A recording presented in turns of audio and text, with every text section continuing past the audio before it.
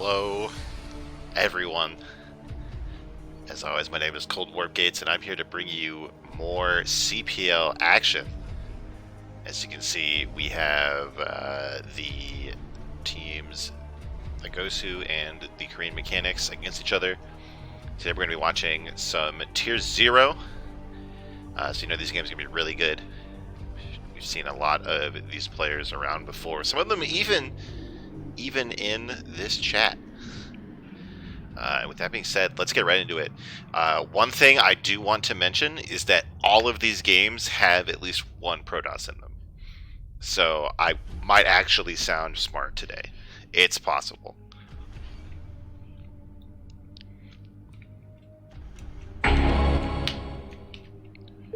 Thank you for the follow, Skazo. Also, I have more hotkeys on my stream setup today, so we'll see if that helps it or makes it even worse. Makes me mute myself even more. Alright, here we go. In the top right of Good Night, in the Teal Zerg, fighting for Team GOSU, it's 440. And the bottom left, in the slightly bland pink, kind of weird flesh color TToSS, on Clan Nam, and on Team Korean Mechanics, it's TToSS. Alright, so Good Night. The first thing that I think about this map for in this matchup is the walls are kind of awful. In the top left and top right, they're just pretty gross in general, and TToSS is never lucky, clearly. Top left and bottom right are pretty simple to do, but this one's really gross. There's a couple different colors, a couple different ways TToSS can do this. Actually, more different ways to wall than I expected, but they kind of all have problems. Anyway, not always a huge deal. Depends on what Zerg wants to do. Looks like it's going to be an overpull here for 440. It's kind of fallen out of style for a bit, just because TToSS has been doing this gateway expand more often, but it's still completely viable. Looks like that was a 9-gate? 2? Yes, it was a 9-gate here from TToSS. They're going to be just a bit more aggressive. Excuse me. Overpull, not the best against early Zealots because you just don't have that many lings, but it's still completely playable. It's pretty small margin that you're bouncing on it here, I think. TToSS gonna get this scout off pretty quick here, in time to send the Zealot in the right direction. And with drone scout from 440, they should find out pretty soon what they're up against. But the first Zealot will already be a decent portion of the way across the map.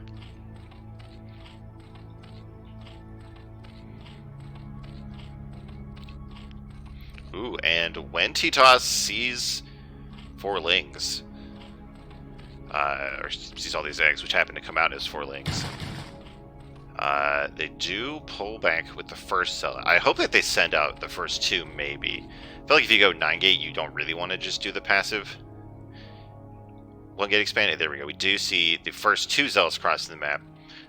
4 lings can take 1 Zealot, but not 2.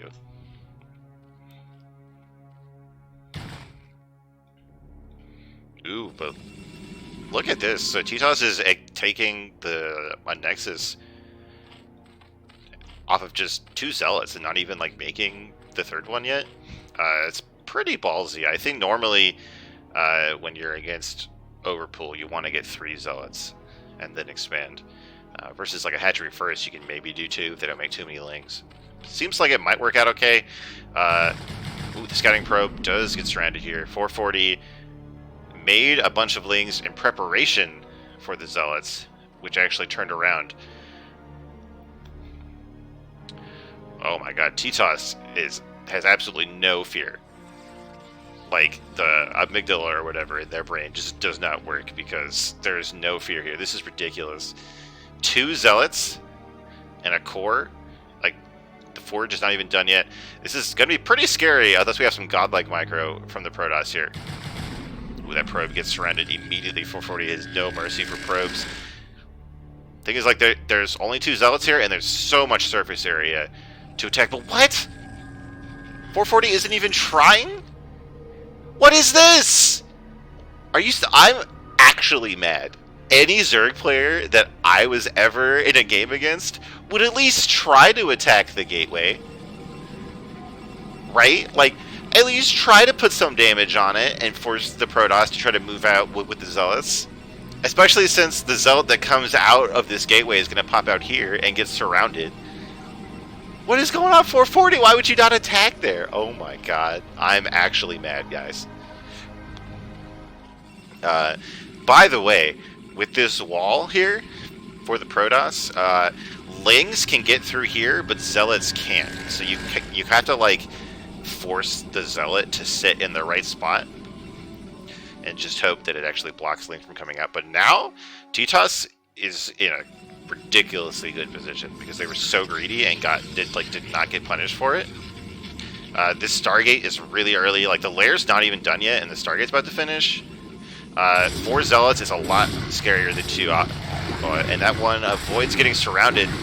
Some decent micro here from TToSS keeps these zealots bruised but alive, and the Lings will have to back off. We see 8 more Lings in production. I think it's actually 8 pairs of Lings.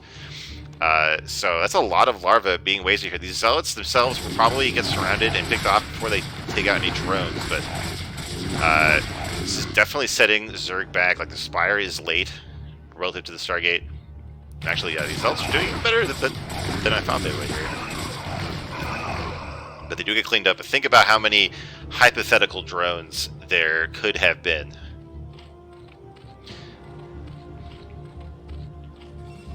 First Corsair is about to be done. Everything is just going perfect for TToSS right now. All the upgrades are coming. Tech is coming. Oh yeah, the Citadel is like, oh, almost done already. But look at this. This little secret hole up here is not being covered right now by the Zealot. Again, 440 just needs, like, more killer instinct. Like, absolutely could have run in there and killed this cannon.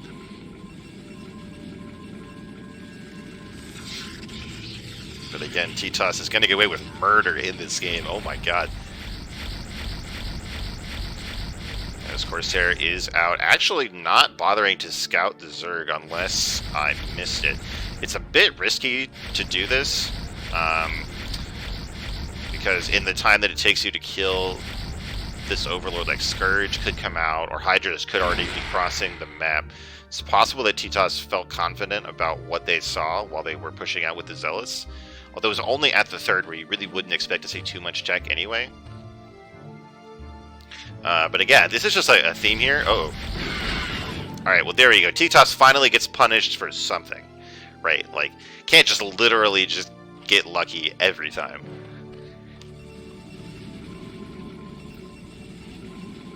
But it doesn't look like we're going to see a huge Muta follow-up. Just getting a few Scourge here to shut down the Corsairs. And we only had 1 more being made. Oh, no. Okay, so we had 2 more being made. And TToSS is actually taking this very seriously. Trapping a probe, getting some cannons, not making too many more Corsairs. But this kind of signals to me that TToSS believes that it's going to be something with mass Muta, but that's not what we're seeing. We're seeing just a normal transition into Hydras. Drone count has been catching up despite all of those Lings that were made earlier. So it's certainly not a finished game by any means. And actually, because of all of the Zealots that TToSS lost earlier, they didn't move out for that normal 7:30 timing. Yeah, even though it was totally worth it to do that attack. It does have a cost of some kind. But we do have a decent amount of Zealots headed out here with that +1 attack, with the speed. There's going to be a lot of Hydras ready in time, though, I believe, and some good SimCity here. With some sunks, but you know what? That's more drone damage, right? That's more drones that are being forced to be sacrificed. Actually, you know, I thought there would be more Hydras here. There's not enough Hydras at this base. Is the SimCity going to be enough? Retreats back to this little crevice, but the Zealots do get on top of the Hydra. No, that drone blocking so well that Zealot doesn't even want to fight that drone. Zealots cannot figure out how to get through this maze of Zerg buildings here. It's buying time for the Hydras for the other side to come back and reinforce, and they keep any more Zealots from escaping. So I think this is more the kind of thing that Zerg wants to happen here. Oh no, this Corsair switches at the last moment, spares that Overlord, and then gets taken out by Scourge.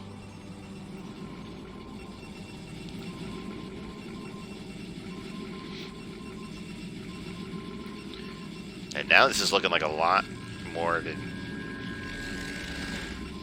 even game here, because there's only Templar on the field for TToS, and while there are plenty of gateways to reinforce, that's just going to weaken the next push that much more. And without the ability to get out on the map right now, we're seeing Lurker aspect on the way. We could see 440 establish a Lurker contain here. That was a real pain in the head. Pain in the neck, I don't know. A pain somewhere. I do believe, yeah, we have the Robo done. We're getting a shuttle even. I don't think the observatory is up yet. I think this shuttle might be to pull off one of my favorite moves, where you send this DT out to scout for the 4th base. If it doesn't find a 4th base, you put it in a shuttle and you drop it in the main. Spoilers, that's like, I love doing that. Ooh, Storm comes out. These Templar are so brave. Like, TToS, seriously, like, just not respect the Zerg whatsoever. Just casually sending out 3 Templar, only protected by 1 goon, while the rest of their army can't physically leave the base. Oh my god, by the way, I love this. Like, he killed the gateway to get out and then built the pylon to block everything in the main base anyway. So 440 does sneak forward with some Hydras. I think killed 2 Templar there, which is huge. But now the goons can't get out. TToS canceled that pylon. Oh, the observatory is just now finishing. So the observers are going to be pretty late here. Zerg is going to have all the time in the world to set up this contain. We see a bunch of drones and Hydras in production. Oh, dude, I hate this. Like, I have shifted towards, like, a much heavier, like, Zealot build. Like, sacrificing some tech and Corsairs to get more Zealots, just so I can come out on the map and fight the Hydras before they can set this up. I hate this scenario. It's so miserable. But the army here does look pretty big for TToS. It's basically all goons because of all the Zealots that have died. And the contain is not very deep for Zerg. It is literally only these 4 Lurkers for now until the next 5 finish. Trying to figure out what happened to that DT on the map. Okay, here it is actually. Is not going to be able to help with this contain. There's so many Overlords here, and they have the speed upgrades, so it can be a problem. Oh, their first observer is out. Is that envisioned for Zerg? Barely not. That was a very, very brave rally point on that Robo.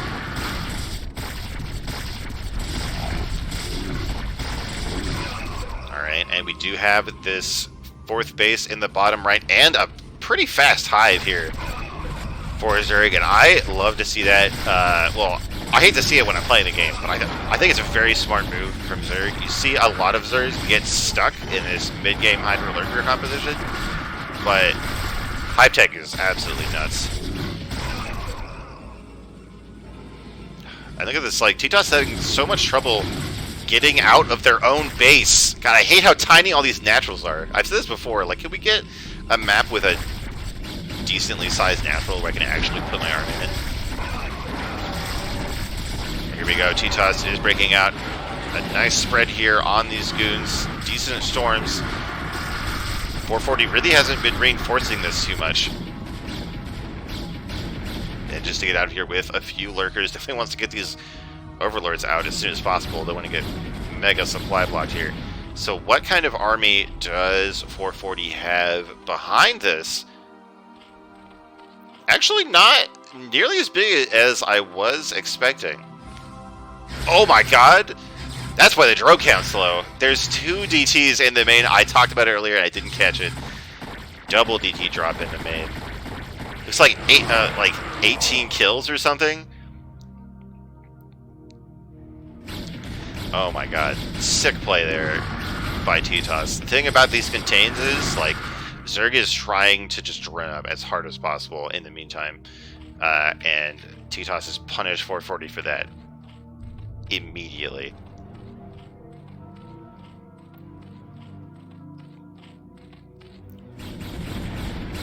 Oh god, those lurkers trying to retreat all the way over there do get caught. 2 of them go down for free here.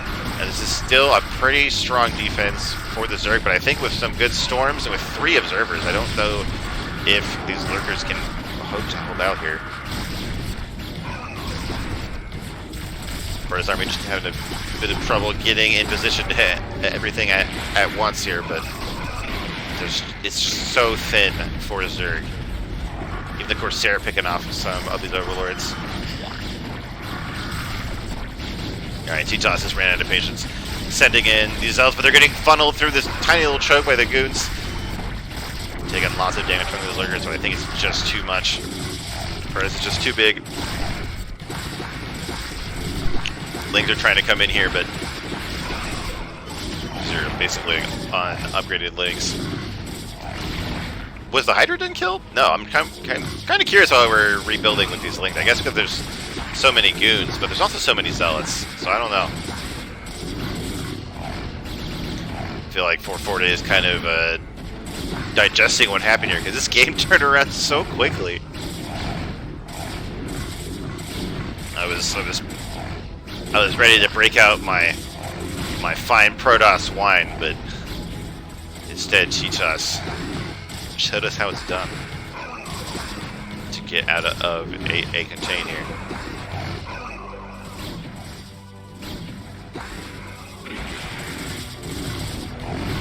The main going down, the Hydra Den destroyed, the Hive being assassinated, and it wasn't top versus bottom, so in CPL tradition we're going to give 440 benefit of the doubt that was in all chat, or in team chat. That's going to take us to game 2 here on Eclipse, as soon as I update the overlay. If I can find where that is. Nope, that's wrong. Here we go.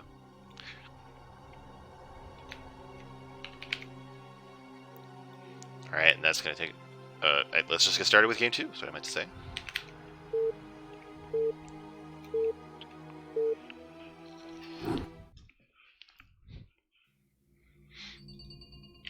Alright, in the top right of Eclipse, we're going to use the team colors because it's easier to read. The red TToSS, TToSS winning game 1. And in the bottom left, in the blue Zerg, it's 440.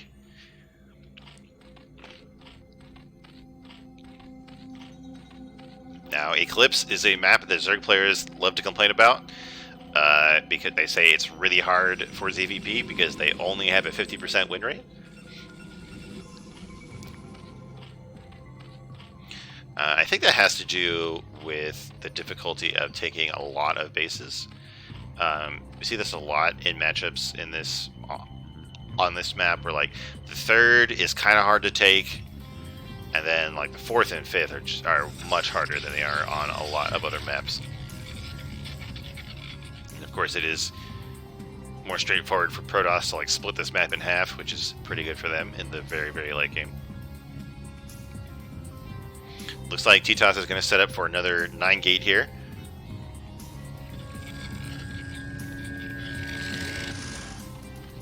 And it's another overpool from 440. So it could look pretty similar to what we saw in game 1, where the first couple zealots didn't actually commit to attacking. They just forced 440 to make a bunch of Lings. Now, I cannot imagine that TToSS is going to get away with being as greedy as they were in game 1. Like, surely 440 is gonna like look at that replay and be like, oh, I had like 12 lings and there were 2 zealots. Right? Like, I could at least attack a building at the front. Ooh, the probe does not even try to get in.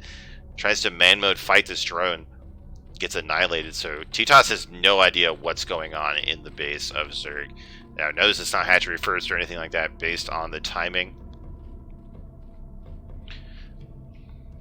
But there's going to be a lot of unanswered questions, and there's a second probe headed out. So, just a little bit further behind in the economy from that.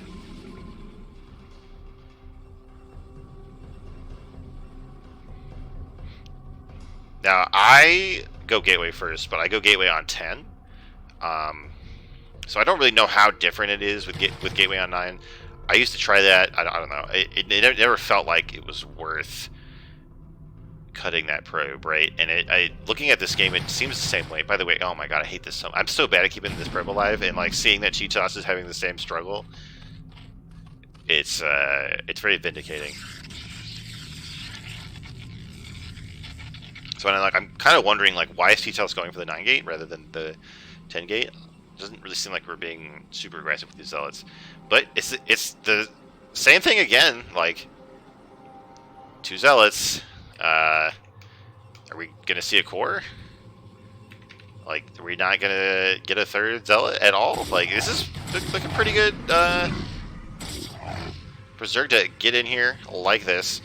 Now, there weren't as many lings as there were last time, but 4 lings in your base is a major headache. And, like, this wall is still not plugged, so more lings could be coming. Here we do have the forge, not quite as greedy as last time. Oh, the probes do a good job of killing these lings.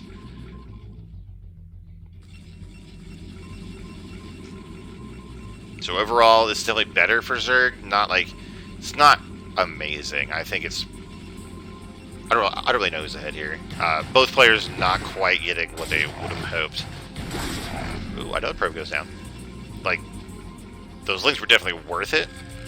I don't know how much they're going to change the game. I guess forcing the forge before the core, and actually the core is still not started. Okay, yeah, it's definitely good for Zerg. Provided that these zealots don't do too much damage. Oh, we have a ton of lings trying to flood across the map. I don't know if TToSS is going to plug this gap here. But at the same time, zealots have taken a kind of a sneaky path here. They've made it to the undefended 3rd. This one drone is going to regret being born into this life. The lings come back rather than trying to make a trade here. They're going to get cleaned up. I think these zealots are going to get cleaned up. Oh, they're doing the thing. They're going behind the minerals. Trying to tuck into the tightest space possible here. Minimize the surface area that can be used by lings. But 440 doing an excellent job of cleaning these up. And now, all that being said and done, I think, yeah, this is looking pretty good for Zerg, right? Like, last game, the Stargate was almost done before the lair finished. And now we have the Spire on the way. Like, TToSS, like, got the gas early, like, way earlier than they were able to get the core. So TToSS actually took guys off of gas just to try to optimize the mining a bit. See, Zerg is actually up 5 workers. No drones were killed. I mean, some things were made. Oh, well, here we go. One more zealot does manage to get across the map. It's going to force all these drones to leave. So definitely annoying, but there's more lings to clean that up. And gas mining has been resumed here by the TToSS.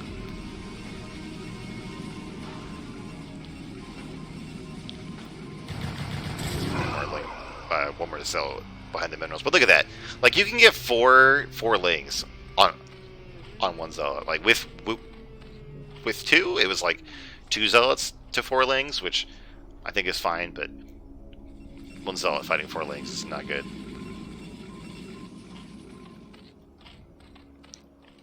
the meantime, Zerg is contending with a very normal tech build, similar to what we saw in the last game.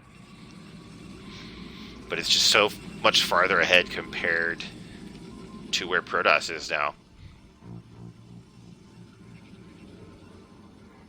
This time the Corsair is going right across the map. Is it going to stop for this Overlord? Yes. Okay, I don't like this, especially when you're already behind. I mean, I guess you know it's not 3-hatch Hydra because they would already be at your base at this time. But look at this. Like, the Scourge are just going to kill that Corsair, and we didn't even get the Overlord. I think what you should do is you just rally the first Corsair to the Zerg main, and then if the Spire is not finished yet, then you have time to kill an Overlord. And you can always come back and kill the Overlord that's like in your base or in the middle of the map. Look at this. The second Corsair might be in danger. Does manage to get away.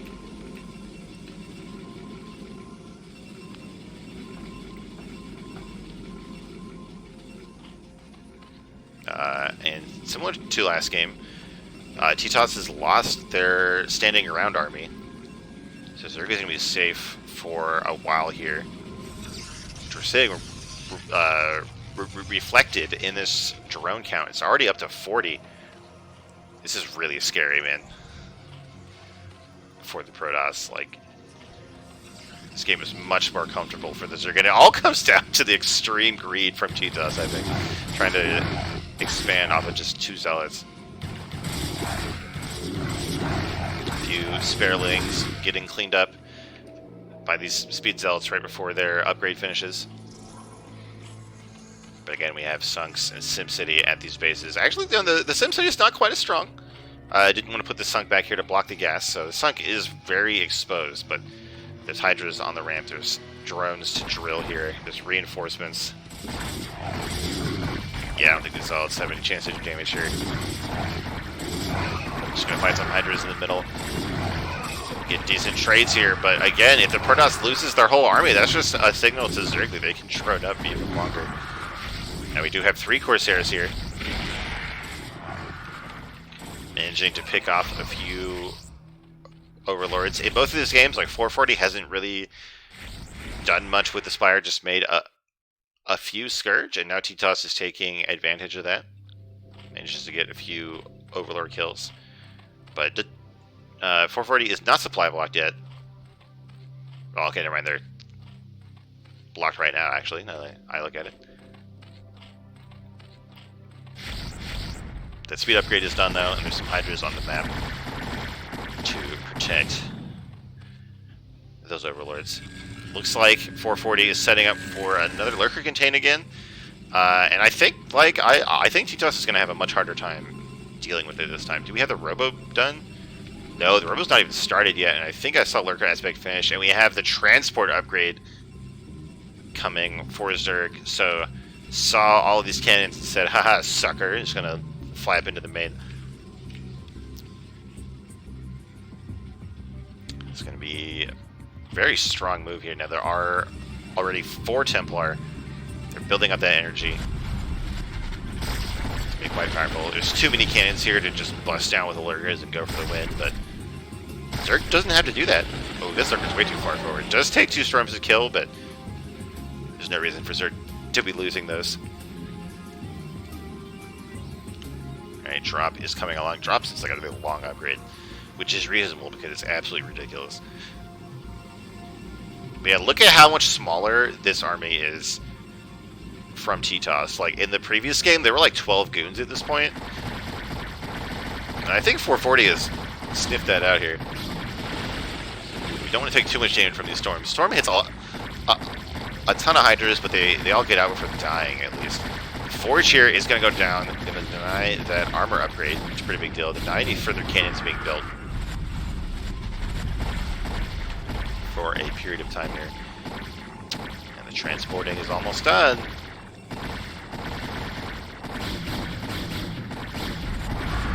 More goons are showing up. There's a decent amount of cannons, but there's no need for 440 to break this front.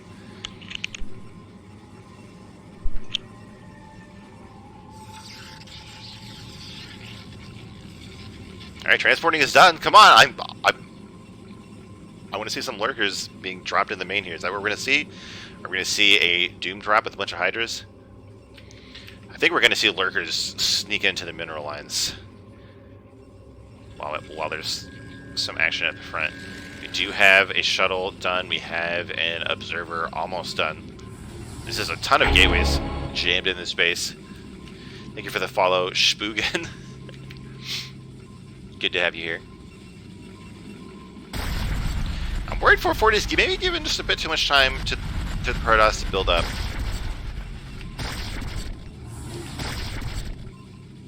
Ooh, we have a very deadly drop heading out here. 2 High Templar and a Dark Templar. Now the dream is that you drop the Dark Templar in the main mineral line, the drones get pulled, and then you storm them as they join like the natural. We'll see how that goes. The DT's been dropped out, but Zerg should definitely be aware of this at this point. And yeah, we have Scourge headed for the shuttle. Without a speed upgrade, it will not be able to escape. Some big storms, but is it enough? Like, with that drop headed out, TToSS is down to just 2 High Templar at home. I think that shuttle was picked off by Scourge. The DT, though, is just going to walk into the natural? Wait, all of the Overlords are over there with the contain? What is going on here? Okay, here's 2 Overlords on, like, the only 2 Overlords in this entire half of the map. Just pandemonium in the mineral lines. All the drones are going everywhere. But at the contain, the TToSS army is getting absolutely mopped up. The Observer gets sniped. The last Observer gets sniped. The Templar get picked off. That before laying some excellent storms. But now it's just 5 cannons against all of these Zerg units. I don't think TToSS can hold. Although look at all these gateways coming out. Maybe I spoke too soon. Yeah, this attack from 440, I think 440 is probably focusing on the mineral lines for a little bit. Yeah, it does manage to clean up that DT. But in the meantime, TToSS holds off that attack. Well, look at the supply. Zerg is ahead in food. That's never a comfortable position to be in. I heard the drop sound. We got some Hydras and Lurkers in the drops. Thought we might see a Lurker drop here with these guys, but...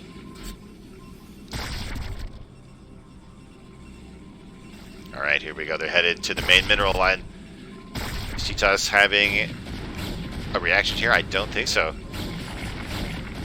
There is already 1 cannon, but I think that there's enough here from Zerg to pick it off, especially if the cannon doesn't focus on the Lurkers.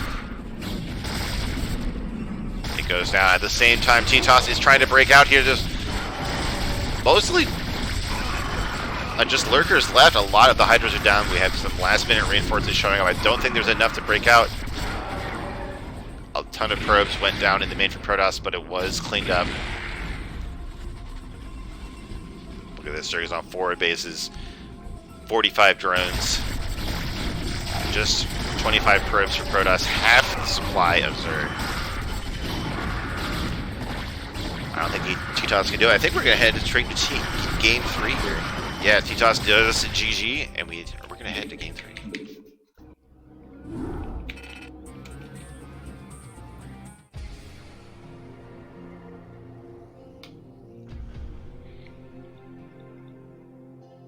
That is going to be on Neo Sylphid. Let's get me update is going to 1-1 here.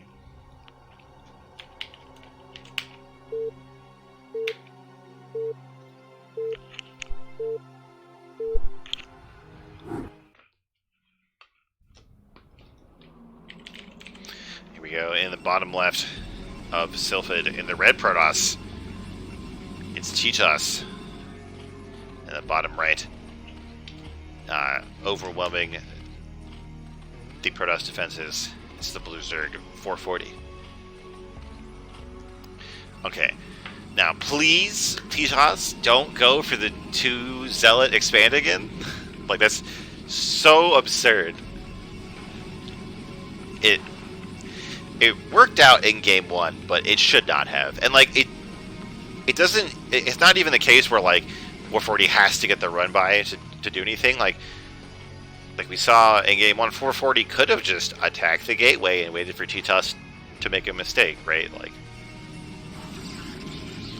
Ooh, holy, okay, we're definitely not going to see an expand after 2 Zealots this time because this pylon is in the main.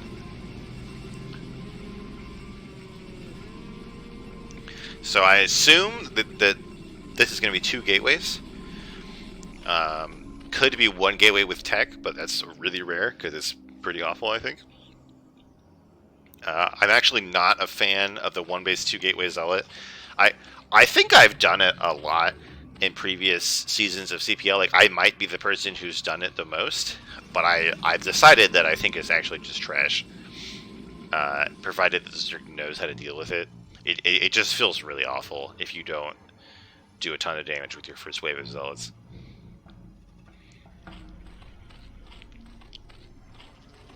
We have another overpull from 440. No reason to shake that up. I think it can be like a good mind game if you go for gateway first a lot to throw in the 2 gate, or like go 2 gate and then next game go gateway first. Just because it makes it a bit harder for Protoss for Zerg to gauge what's going on. They make the correct response when they see zealots. Seems like, though, a 440 is going to drone scout very early. Get in here. See, indeed, 2 gateways. The zealot already on the way. So 440 knows exactly what they're up against. Now, I can tell you I have lost plenty of games going for this kind of 2 gate. And what I see when I lose is the Zerg stays on 2 bases, maybe gets like a macro hatch here at the wall of the natural, gets like a sunk and lings, and then survives the first wave of zealots, and then the Protoss is really on the back foot. Like, Protoss like has to like get an expansion and get tech. It's hard to get both of those at the same time, and so Zerg can exploit that in some way. Like, generally, like just like rush the mutas, and it's hard for Protoss to have much of a way to deal with that in time. Oh, here we go! Look. I sound smart now. It was exactly where I boxed the hatchery.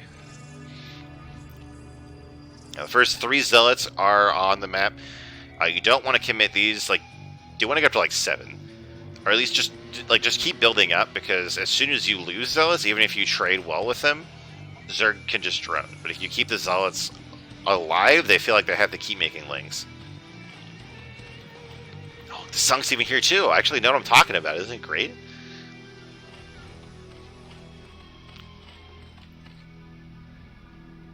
Now, the drone count from Zerg is very low in this kind of scenario. The strength of this build from Protoss is that, of course, you can make probes and zealots at the same time, but Zerg kind of has to pick.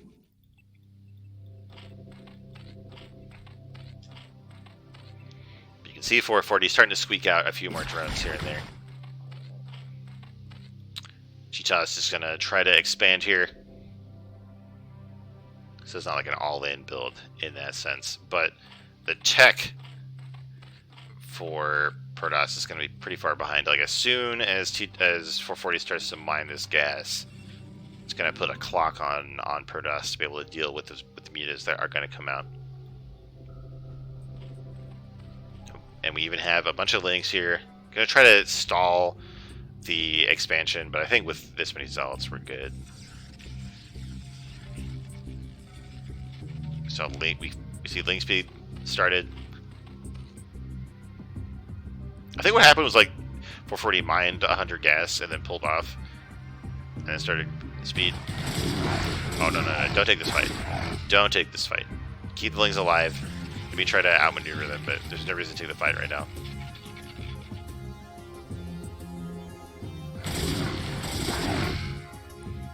Could be 440 doesn't even want to get into that tech game here. Wants to just make a ton of links. That's a big arc here, but not quite a surround on the Zealots, and I think this might be the fight that the Zealots wanted here. Yes, TToSS avoids having their Zealots be surrounded here. That the Lings with the speed upgrade are going to try to get here on this cannon, but there's enough Zealots here. Look at how terrible cannons are. Like, 3 Lings were on this cannon for like 5 seconds, and the cannon's almost dead. This is so ridiculous. More Lings get in here, they finish the cannon right away. Now, with these 3 hatcheries, I mean, a 440 can make a ton of Lings. You don't need many drones. I think it's like 3 drones per hatchery to just constantly make Lings. And now TToSS has a lot of ground to cover here, desperately trying to get some cannons up to the front, but the Zealots get out of position and they get surrounded. Probes being pulled to help. Cannons are getting close though. Oh, the last cell gets pulled off, gets picked off. There's 2 forges, I think, just to wall. All the cannons go. God, cannons are so awful, man. It's just probes trying to fend off these links, and I think 440 has done it here. Yes. Excellent. Excellent hold there from 440. Knew exactly what to do. Knew exactly how to punish that 2-gate build from TToSS. And that's going to win the first series today for Team GOSU. Alright, we're going to get into that second group. I'm going to take a quick bathroom break because I have a tiny Protoss brain and an even tinier Protoss bladder. Sorry to say. Here we go, let me update.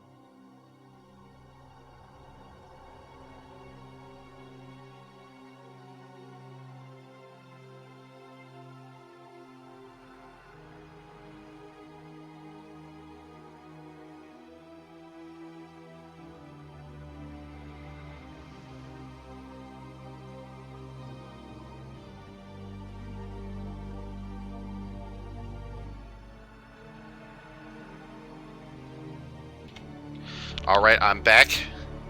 Let's get into Series 2 here, Advil against Specialist.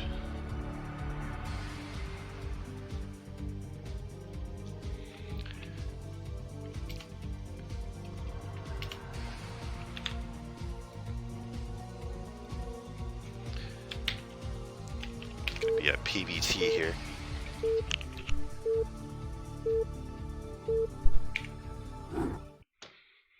Oh, we got a follow from Sony, by the way. Thanks for doing that. Alright, here we go. In the top left of Goodnight, in the Magenta Protoss, it's... we're going to assume that this is Specialist. In the top right is the Brown Terran iRk-Advil. Okay, so there was... I know in one of these matches there is a sub. This could be a sub for Specialist. This could just be Specialist had a different account name in this game. I know Specialist goes by Pete sometimes. I don't know. I don't know, guys. Let's see here. PvT on this map, I actually don't know a ton about it. I haven't played on this map a lot. I've basically only played on this map for CPL. Doesn't seem like too skewed. I hear Terrans complain about it, but they do that all the time. So who knows?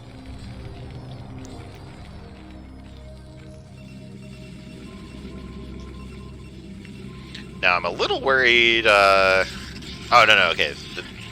The natural is here. I thought the natural was down below. That was going to be unfortunate for Specialist. And we have Tarpman in the chat confirming that this is Specialist. Now, a Specialist is scouting after the gateway, which is a bit unusual in this matchup. It's usually like after the core, or like with your first goon. Now, we could see a gas steal, maybe, but no. It looks like advil is going to get that gas right on 12 here. Could be maybe Precision was gambling on getting this first scout and getting the gas steal. It's not quite going to work out. Wait, oh, I thought Specialist turned around like too early and was going to leave this main. That's not quite what happens.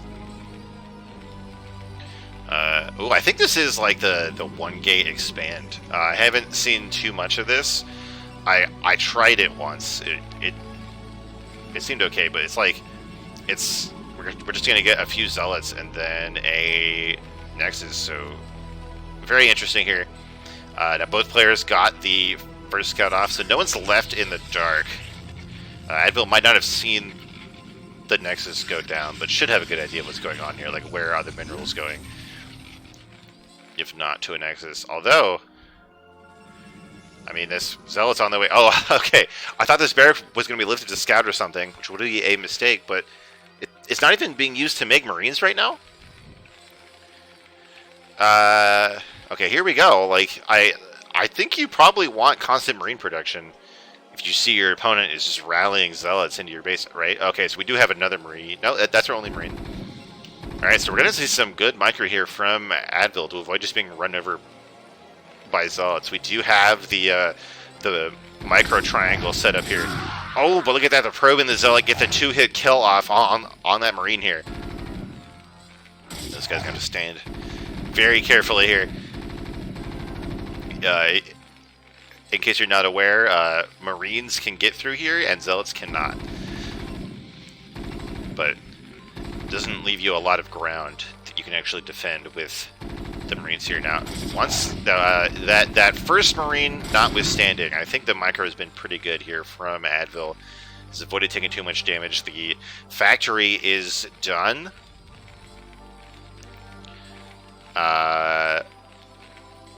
This is where the Terran can try to put on some real pressure onto the Protoss, but the goons are going to be out just in time for that.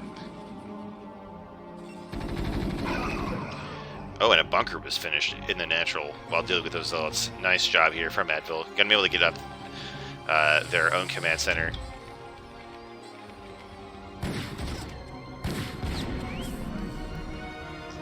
Getting that vulture out on the map. The goon is going to avoid. He's going to be able to block the vulture from getting in there and killing every single probe, which is pretty good. I think I might steal this build, honestly. Like, this is looking pretty good for Protoss.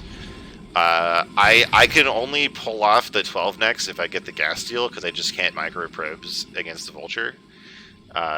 Against, like, that kind of bust. But, like, this one's pretty good. Like, you get to mess up the Terran and get the early nexus off.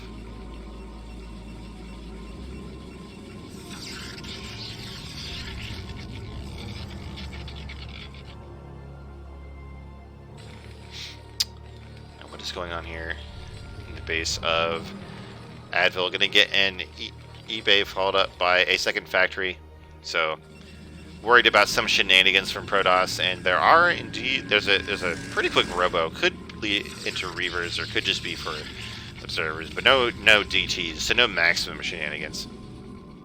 The fact that Advil is able to get out on the map with these 2 vultures right now is pretty good.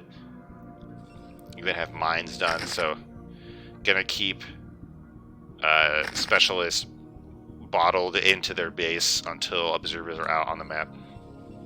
And it is going to be observers. We don't see a shuttle being made, so unlikely to have a Reaver follow-up for a specialist here. Oh, I think the vulture goes down. Kind of sad because I think it only placed like 1 mine. Like, you absolutely want to get the 3 mines out of each vulture before sacking them. And like, specialists kind of just like man-moding here. Like, there absolutely could have been mines, but specialist just kind of A moves across without fear, and makes it to the Terran natural. Now there's a bunker and there's 2 tanks here. I don't think there's any chance of a bust here, but super annoying. Another vulture was killed with 3 mines on it. Advil not going to be feeling too good about that. Having some difficulty organizing the defense here. This is an SCV or 2, and another vulture is getting picked up. Ooh, here we go, laying mines behind these 3 goons. So, you know, they've done quite a bit of damage. The goons go down, and the tank is barely saved with 1 shot left.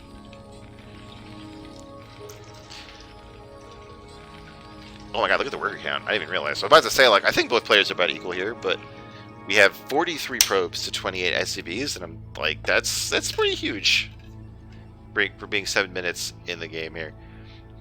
And specialist trying to get the mineral only 3rd, but there's a mine blocking their path here. I know we've seen 1 observer on the map, but it did not stick around to clear that 3rd. It wants to get into the Terran main. This like critical like 7-minute window. It's really important to get your observer in the Terran base, see what is going on, count the factories, try to figure out what their plan is. And that's one of the worst parts of this matchup for me. I'm so bad at like reading the Terran. Like, I've gotten to the point where I can get the observer in there, and I'm like, I don't know, he's got factories and armories. I don't know, guys. You could attack at any time. Oh, look at this. The vultures came over to kill that probe and lay more mines. Super annoying.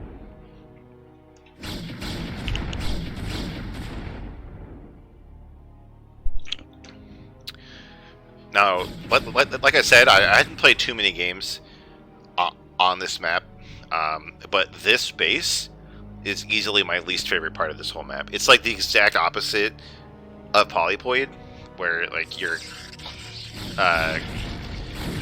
closest 3rd base is mineral only, but it's on low ground, and it's like really like awkwardly shaped and like hard to get to. It sucks, and I don't like taking it at all.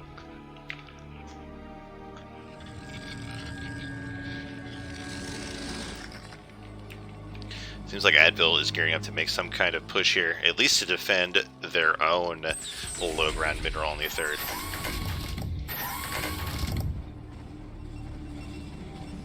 These are very brave tanks. Only defended by a few mines and a few vultures. Like, there's quite a few goons here. And if there was like a shuttle with some zealots in it, I think those tanks would be done for.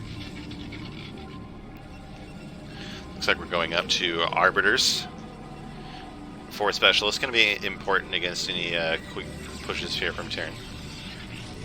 But like, look at how short a distance Terran is going to have to push, assuming that they get this base up. Like, they're going to park units here to defend, and then boom, here's the TToSS natural. Like, what? One screen away. This is going to be like anxiety inducing here for specialists. And like, even with that, the vultures are getting him. There's no defense on the 3rd. Just a handful of goons have been pulled. Probe count is still higher here, but well, okay. So I'm not sure who's out of this trade, because that was quite a few vultures to go down, and TToSS is still ahead in the workers. I'm worried that with the loss of those vultures, specialists can just come kill these tanks if they indeed know that the tanks are here. Somewhere, tank is killing something. We got 2 observers in here. Is like the robo just rallied into the main now? Oh, here we go. thinking about jumping on those tanks, but choosing not to. Oh, we got a raid from Veer. Good to see you again. Casting more CPL. Now, last time Veer raided me, I explained what CPL was, and he chewed me out because he knows what CPL is and is actually in CPL. But I'm still going to remind all of Veer's viewers, in case you're not familiar with it. CPL is an ongoing amateur tournament. It's like a team league format, open to just about anybody. These are games from Tier 0, which is the highest tier of players in the league, and it's like 1700s and up on the ladder. Like, I think we have like 1 or 2 players who are like in the low 2000s, but most players in Tier 0 are like between 1700 and 1900 MMR on the ladder.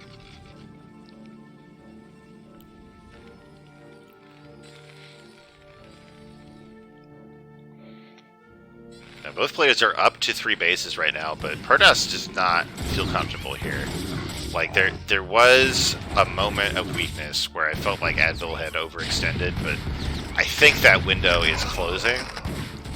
The supply still looks pretty good for Specialists, but the worker counts are evening up.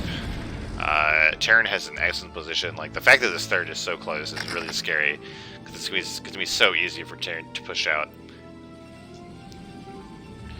But I did talk about how a shuttle will be really deadly over here with these tanks. There's only 2 turrets.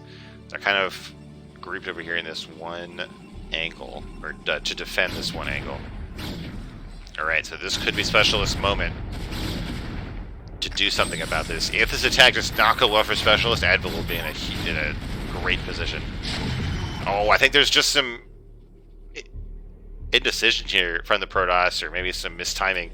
Alright, these Zelts are going to try to bomb. Ooh, all of the tanks on siege. I don't know about that. Oh, but they managed to reseed before the goons can get in. Ooh, I don't know. Here, there's only... Yeah, there's no vultures to actually block, so these Zelts are just going to walk on top of these tanks. I think Specialist is just going to roll over here. It looked kind of dicey, but at the very least, this high ground is taken. There's a bunch more tanks here, but again, there's not that many mines, not that many vultures. Zelts are just going to walk right on top of these tanks. That's exactly what you want to see as TToSS. SCV is being pulled here, trying to fight. The TToSS army is being thinned out. I think the third base might survive, but so many tanks have died that TToSS is going to feel okay with it. Actually, no, like, the push from TToSS is not going to end here. It's good, quite scrappy here from both sides, but more and more tanks are being killed, and that's really what you care about as Terran. The third base is lifted. I think it'll probably be landed soon, but... Alright, that was pretty good for the TToSS. In the meantime, there is a 4th Nexus here at the 9 o'clock. Looks like these vultures have been working away at it for quite some time here. Zelts trying to come clean them up. The Mind Drag kills one of the vultures in the last Zealots. Oh no, the probes have been pulled! They're gonna run right. They know those vultures, like these vultures here, might be what's keeping advil in this game right now. Oh man, if only there was a mine here and the mine got dragged into the probes. Be pretty clutch for advil here. The 4th base does get up. Pylons are being placed to lock out any future vultures. Somehow 3 probes are on a pilgrimage to the bottom right of the map. Is Specialist gonna sneak a base down here, I guess?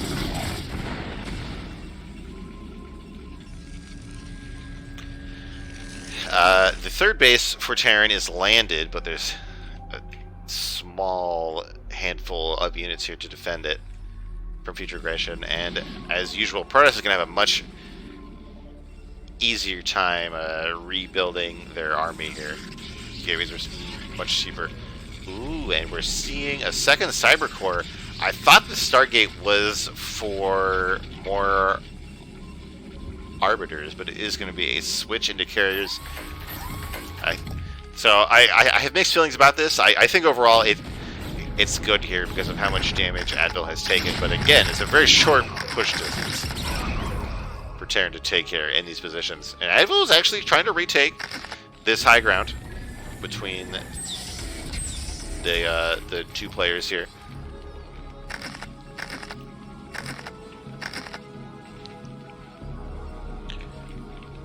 I don't know if we've seen this yet as Terran. I know we heard a scan.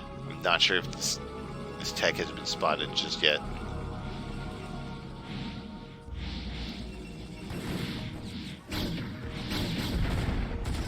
Morphl's just trying to annoy the Protoss fourth.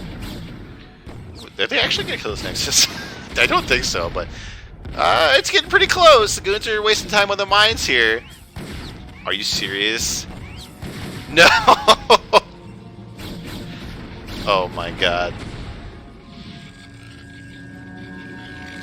Wow. Wow. The Goons are in here, and the Vultures just like get out anyway. It's amazing. By the way, we had these like 3 probes like who got exiled from the Protoss base. They aren't even expanding down here. They're just hanging out. Not sure how that happened.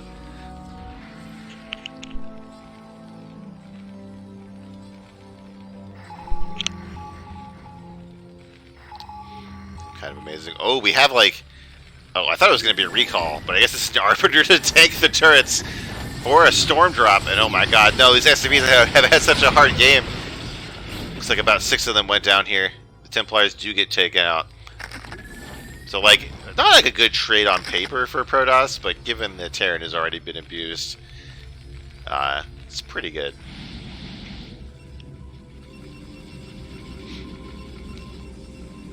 Now, hold on. Do we actually have any carriers yet? Like, I think the capacity upgrade just finished. We haven't actually started those carriers, and now we have a recall heading in to the Terran main, and with this observer in here, Specialist is going to know where the mines are not, and then we have a mostly Zealot recall all the way in the top right corner of the Terran main. Actually, both of the armories are here, and Advil is scrambling to defend this. These factories are kind of going to seal in the Protoss units, make it hard to defend here. Oh, and this armory is trying to finish the +3 attack. Advil starts the armor upgrade while the Protoss recall is in the base. That's some big dick energy right there. Not even scared. Meanwhile, all these units trying to take out a turret, I guess. At the same time, though, the 3rd is attacked on the ground. I think with all of those units that were brought in to defend the main, Terran doesn't have anything to cover the 3rd base. We're seeing here, we're down to 26 SCVs, Storm on a single tank. I think the carrier tech from Specialist was just a big mind game because not a single carrier has been made here. The recall is technically still going. Oh, I think the upgrade is getting close to finishing, but is that enough? I don't think so. You're down to 24 SCVs. Like my +3 attack on tanks is pretty nuts, but I don't know if it's that nuts. Oh my god, they're just still here. Just being as annoying as possible. Looks like +3 attack. Well finished though. A single carrier is finally being made.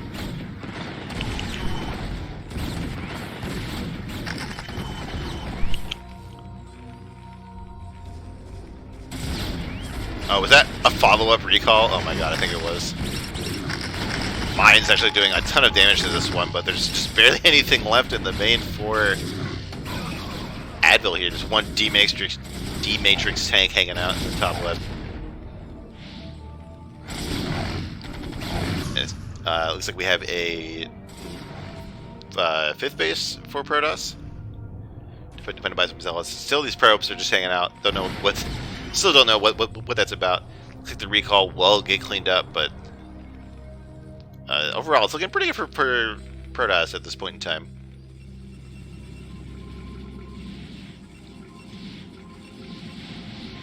The Arbiter even makes it out of the Terran base to build up energy to do all that again. Advil just trying to get this base alive. Trying to rebuild some workers here, but it's going to take a long time to make up that deficit.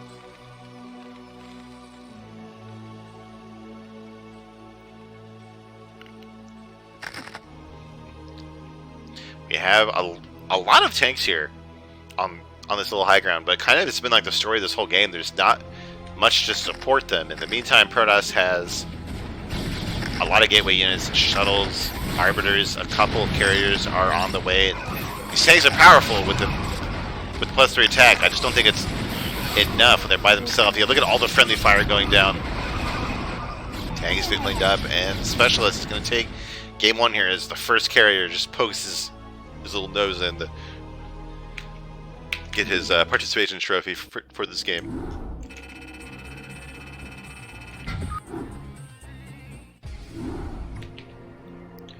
Let's set up for game number 2 here.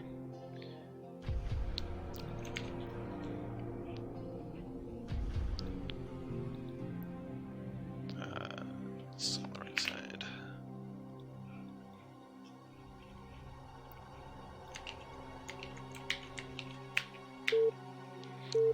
And we're headed to Eclipse, and there's certainly a lot to talk about for this matchup.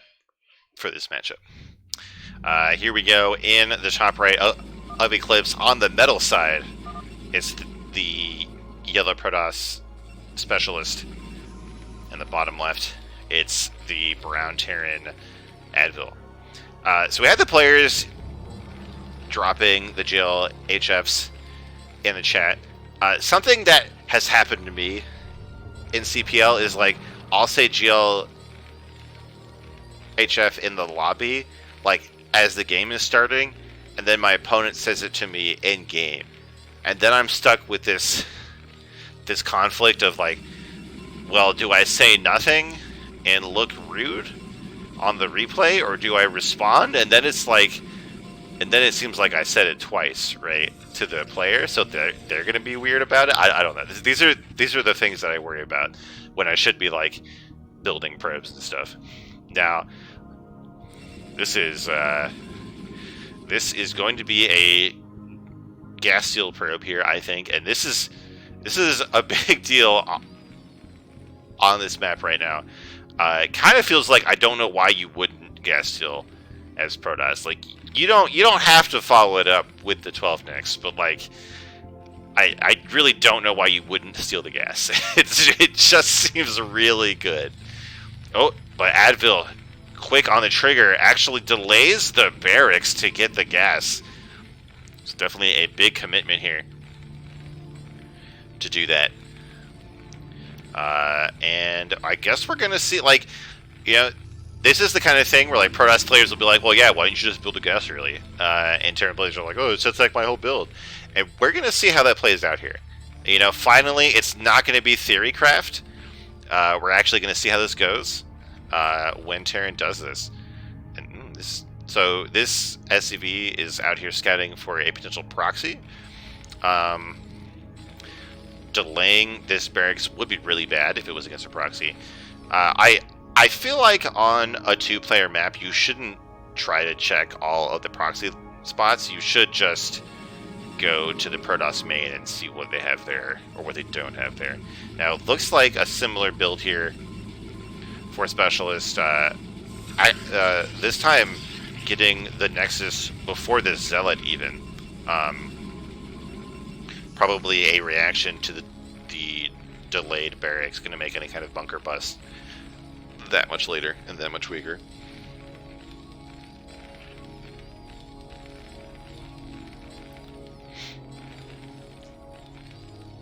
But this is starting to look like a normal build here for Advil. They've seen everything in the TToSS space. Look, this is disgusting. Like, this is so dumb, dude. Like, didn't even get the gas steal off, and because of the barracks being late, like, TToSS just doesn't even have to get a unit before getting the Nexus. Gonna wait until we can get a goon as our first unit, like 4 minutes into this game. Ridiculous. Ooh, and there we go. Advil is going for this 2 factory. Now, I have no idea how this is going to work out, because like this 2 factory is kind of late, and 2 factory is actually bad against 12 nexus because it just gives too much time for the Protoss to make a bunch of like rangeless goons and just overwhelm you. But this, in a way, this build from Specialist is like even greedier than a 12 nex because of how late these units are going to come out here. Now we are following this up with 2 more gateways. A Specialist is definitely going to be suspicious here. Like, there's no command center yet, there's no bunker, there's a wall at the ramp. If you go up here, you're gonna see a machine shop. That is all gonna start to scream some kind of 1 base push coming out. Could be drops, but then like you wouldn't see the machine shop just yet, or like you'd see vultures maybe. I think you still see the machine shop for mines, but anyway. So Specialist, I think, is gonna be definitely nervous about the possibility of a 2-fac, but with 3 gateways up, with range on the way, I mean, Specialist is going to have what they need to deal with this. It's going to come down to micro, I think.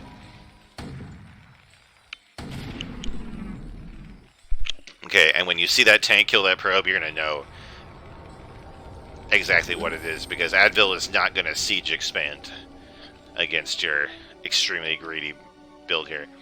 Now we're moving out with the first 3 tanks, and we're going to rally vultures to the push. Oh my god, this tank is not being moved? Okay, it is moved eventually, but the fact that it's so far behind is not a small problem here for the Terran. Anyway, this push is marching across the map here. There are 4 goons. 4 goons is a big deal because you get the 2-shot tanks. 6 goons can 1-shot a vulture, which is nice. And the goon count is only going to grow here out of these 3 gateways because they're just going to dive straight on the tanks. Oh, they get kind of confused here. The tank actually doesn't go down. Oh, that's massive. The Marines take down a couple of the goons here. The bunker is starting to go up, and Specialists had like a brief moment there where it looked like they were just gonna smash these tanks, but goons got a bit out of control, and now we have 3 completed tanks. A bunker is on the way. Not that many Marines here actually, but mines on the ramp. Gonna keep any reinforcements from showing up. You never feel good when you have probes pulled to fight tanks, and I think this 2-factory push from Advil is at least going to kill the natural. Like mines on these gateways, taking out the goons as they pop, and we're actually going to see Terran give up on that natural nexus, try to march up the ramp. But be careful with these mines here, right under these tanks. One of the tanks does go down, but the SCV here is going to repair this tank. They're going to siege up, or actually they don't have siege. What am I talking about? They're just going to sit here and kill these probes and gateway units. Ultra trying to clear these mines. Who the hell just killed that mine? What a Chad. This is a very, very close fight here, but I think Advil is going to take it. More vultures are showing up to lay more mines. Gateway units just don't have any time to get out here and make any moves. We have an observer, but there's nothing here to kill the mines. The observer is just going to see the sadness for the Protoss, and Specialist is going to tap out. We're going to head to game 3 here. So, Protoss punished for trying to gas steal and trying to get a very, very greedy expansion.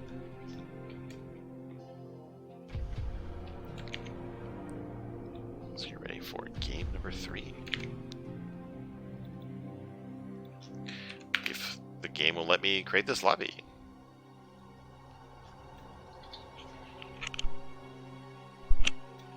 Well, I can't actually create a lobby right now. Let's see what's going on here. Small indie company, am I right? Dude, what is going on?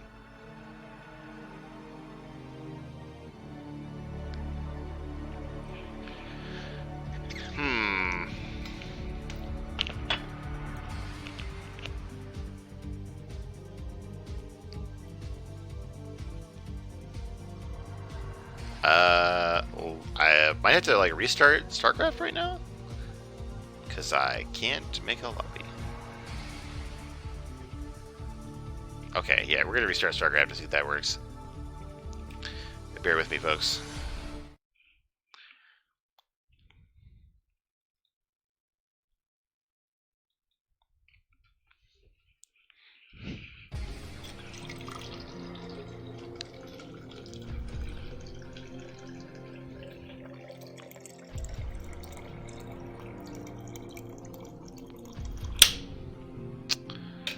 Let's get back into BattleNet.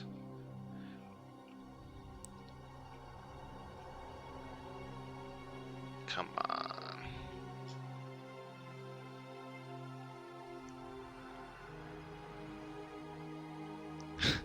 That was my water being filled up? I didn't think you could pick that up on the mic. But what I've done is rather than have to go back into the kitchen to get more water, I brought the water tank from my fridge and I put it on my desk. Look, I'm not going to pee into a gamer bottle for a CPL cast, alright?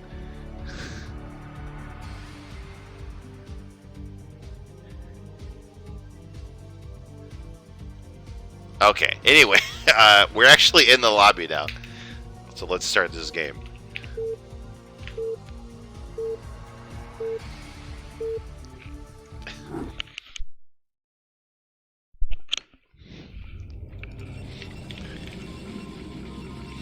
Okay, in the bottom left of Neo-Sylphid, it's the yellow Protoss Specialist. And the bottom right, the orange Sharon Advil. Advil on iRk and Team GOSU, while Specialist is fighting for the Green Mechanics.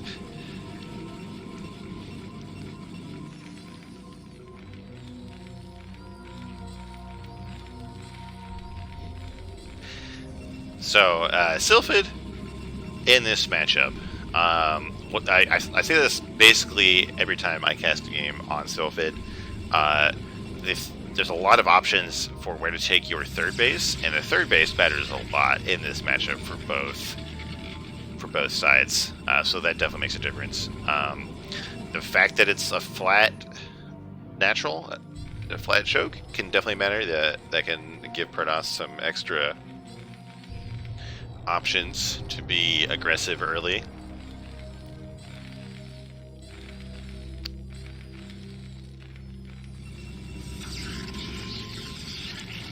We'll see what we get out of these players. So far, Specialist has been pretty greedy here, trying to go for this, not 12 Nexus, but like one gateway, like 0 to 2 Zealots expansion, which could be good here.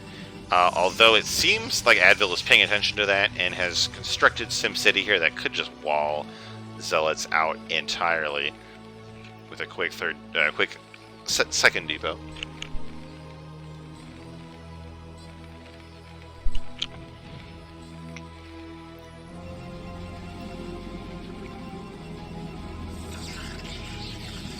But no, look at this. It's a normal build. A gas and Cyber Core before Nexus, and the gas is in the Protoss' own base. Like, can you believe it? Look at this. Advil scouted the middle of the map, just like is absolutely sick of all this Protoss bullshit. Doesn't want to lose to anything done like that. Oh, and here we go. It's the 10-15 build. Okay, I really wish that Neblime was in the chat right now because he and I have been arguing over the efficacy of this build, and I think it's kind of garbage. This is like one of the I don't know, man. Like, I guess if there was a map where it was good, it would kind of look like this. We're gonna find out, right? Like, I guess this game of this sample size of one game is gonna be what determines how good 10-15 is, right? But like, I just think like Advil has seen it. Advil is just gonna go for a siege expand and then be completely fine, and Protoss will just like have cut a bunch of probes for nothing. I believe that's what we're gonna see here, and like Advil is like just gonna get this bunker Like some tanks behind it. Wait, are we not even gonna get a bunker first? We're gonna get command center. Okay, if advil can just hold it while just getting a command center before even the bunker, like this build is trash. Like, can we all agree on that? If that's what happens. Like, look at this. We've seen like some players with no fear today.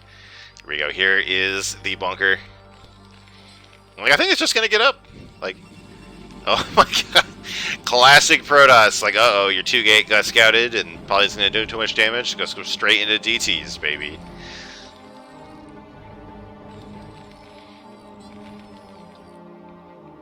Classic TToSS, am I right? Alright.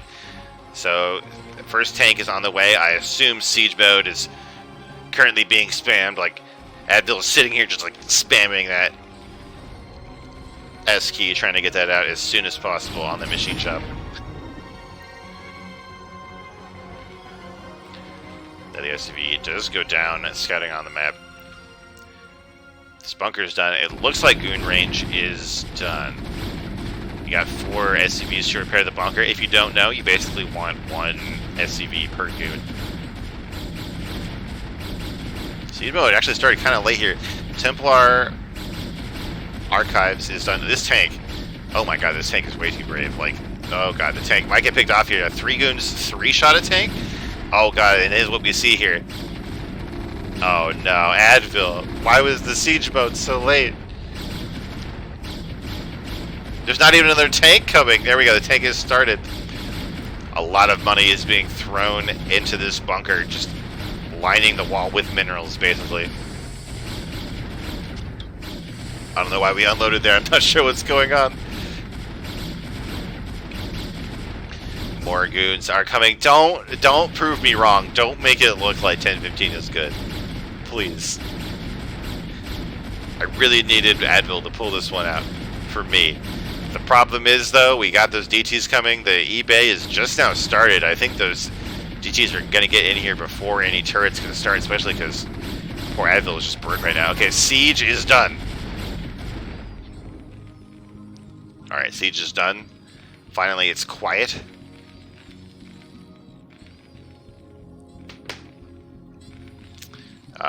But those turrets have to go up as soon as that eBay finishes. Even then, I'm not sure they're going to make it. And we have these 2 DTs crossing the map already.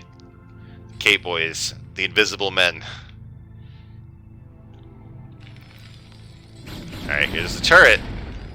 I mean, like, this turret is, like, very snipeable, right? Like, these goons could give their lives to kill this turret if they really wanted to. Oh my god. Oh my god. A moment of hesitation on the DTs. The SCV trying to block. But oh my god, the turret gets annihilated. The DTs are in here. They're going to kill this tank. The Marines take another trip out of the bunker. I don't know what's going on. Turrets scrambling to be put up in the main. There is one by the main mineral line, so at least that's going to go up. But the DTs just head right back out in the natural. This turret is denied immediately. I don't know what advil can do about this now. There's no academy. There's no mines. There's certainly no science vessel. The only way to get these DTs out of here is to build turrets, but Specialist is not going to let that happen.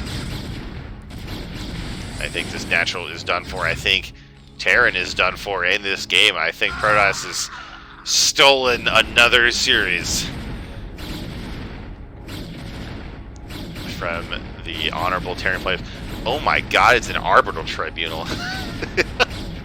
It's 7 minutes into this game.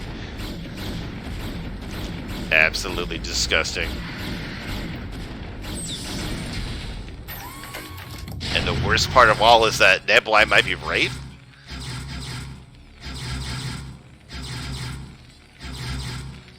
Oh no. Look at this. There's so many DGs. They're attacking different buildings too, so it's going to be harder to repair. I think they're just going to break through this depot, honestly. Oh, this depot's getting low too. Look at this. Look at this gameplay right now. Turret is about to finish.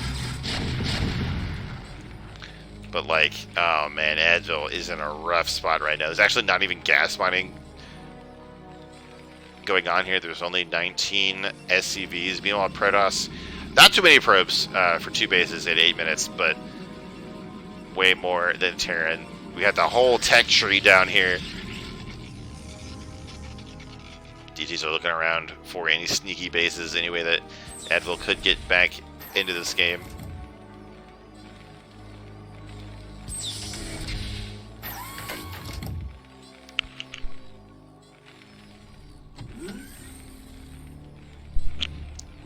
Advil is going to try to retake their natural here. But still TTs. Vulture's trying to sneak out, but they get caught immediately. TToSS is taking a 3rd base. See an Arbiter in production. The CC actually doesn't land. So we're going to have to try to build a turret. At this point, I'm surprised that Specialist isn't just like setting a DT here to block the command center from landing. Just absolutely like maximize the pain of the TToSS player here.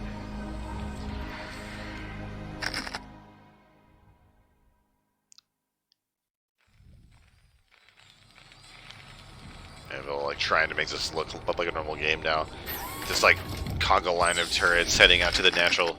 There we go, trying to take a breather here. The mines might be able to stop the GTs for just a little bit. This Vulture sees the 3rd base coming up. That first Arbiter is almost done. I don't think we've seen stasis or a recall being researched. Oh my god, he tries to mine drag into the mineral line. Disgusting. Looks like maybe a few SCVs went down during that.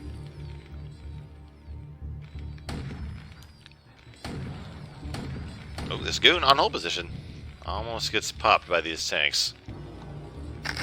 Gets scared into a mine. Nice play there. This Arbiter's here to cloak all 3 of these goons. Observers are on the way and stasis, so I think we're gonna, as soon as these mines, okay, what I'm trying to say is the observers will deal with the mines, stasis will deal with any tanks, and I think that's going to be how Specialist is going to close out this game.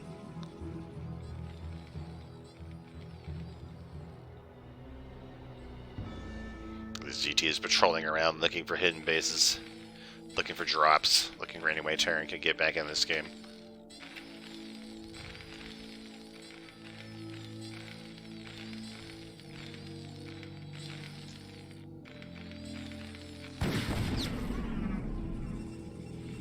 Vulture's still finding probes to kill. Actually, there's no defense at this base, just a nice wall of pylons.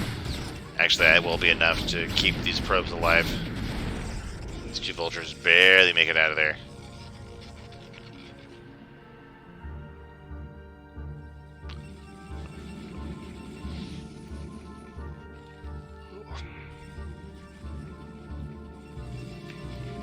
Specialist just taking advantage of this lead, building up more probes, putting out gateways, making units. Another Arbiter. Stasis is done. You could see recall come up next. Like, this is just a huge lead for a Specialist. Advil has just a nightmare of a game ahead of him.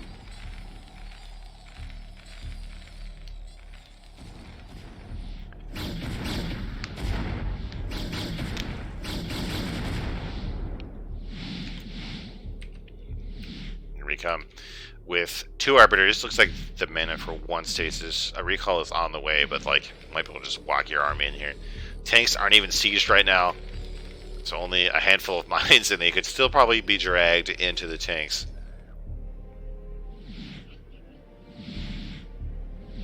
A couple of zealots here about to get that speed upgrade.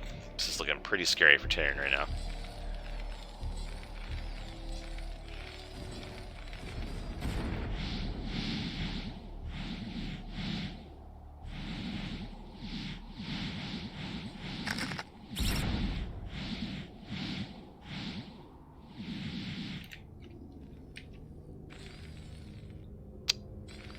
Oh no, I have a thing about going out on the map, trying to like, yeah, like extend to a third. I hope not. Here we go. It does back up a bit, but it's only 5 tanks and a handful of vultures. This is quite a few goons here. And we have the mana for about 3 stasis, so we could pretty much stasis every tank in the game right now.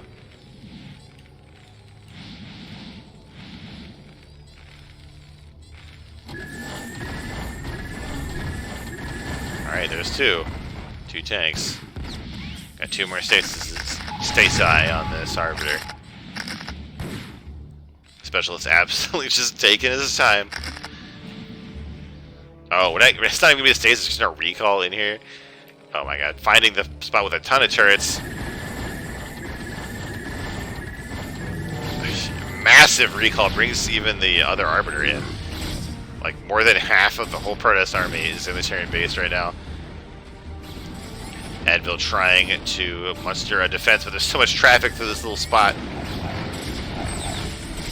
At the same time, Specialist is going to move into the front. A ton of Zealots being taken out by the mines, and even the DT being taken out of mines. And there's only goons at the front here. They choose to back off, but Terran base is going to get demolished from within.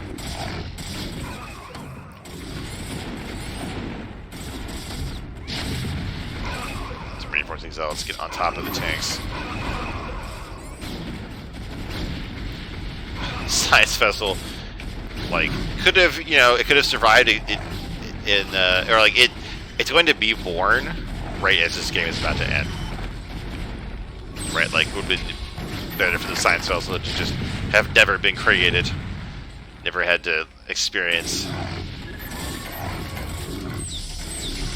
this hell for Terran. Oh my god, look at this giant blob of Protoss being rallied in here. And Advil is going to tap out, and that's going to make Specialist the winner of our second series today.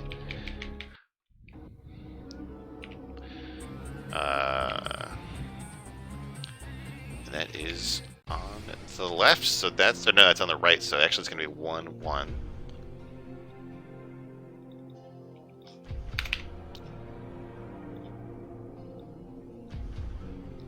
We're going to get started with our third series, which is another PvT, actually. It's going to be iRk-iReve against Exit.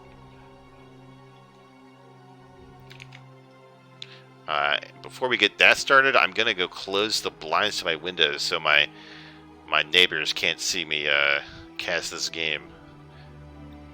Be right back. So I find the series score. Where is that? I keep doing this.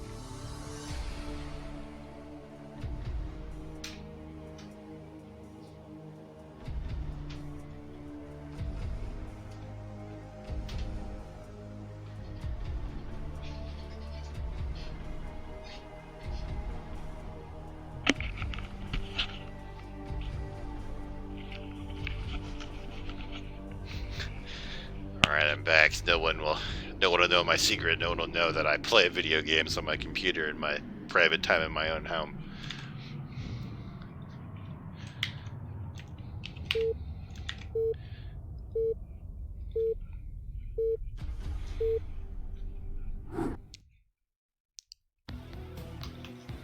In the top right of Eclipse, in the navy blue that's too dark to read, it's Exit, fighting for the Korean Mechanics and for Clan Nas.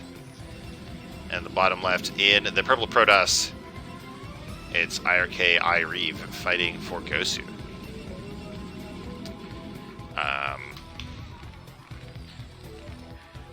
Yes, and here, Rob, you did miss. That was our first series, 440 against TToSS.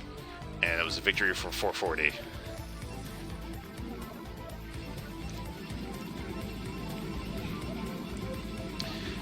Alright, now this is going to look similar to our first... Wait, hold on. Eclipse was not the first game in this series. Hold on, everybody. Whoop. In the map pool, rather. Hang on a second. I caught it. Sometimes the app gets the map orders a bit confused here. It was Good Night. We're going to go with Good Night. We're going to assume that this was the first game. We're going to assume the games we played on the right maps.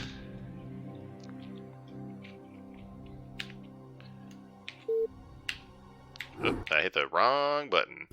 Oh boy, did I. Hold on. There. Okay, we're good. After that disaster. In the top right of Good Night, still in the Navy Terran, that's too hard to read, it's Exit for Crane Mechanics, and in the bottom right, in the weird peachy fleshy color, it's iRk-iReve for GOSU.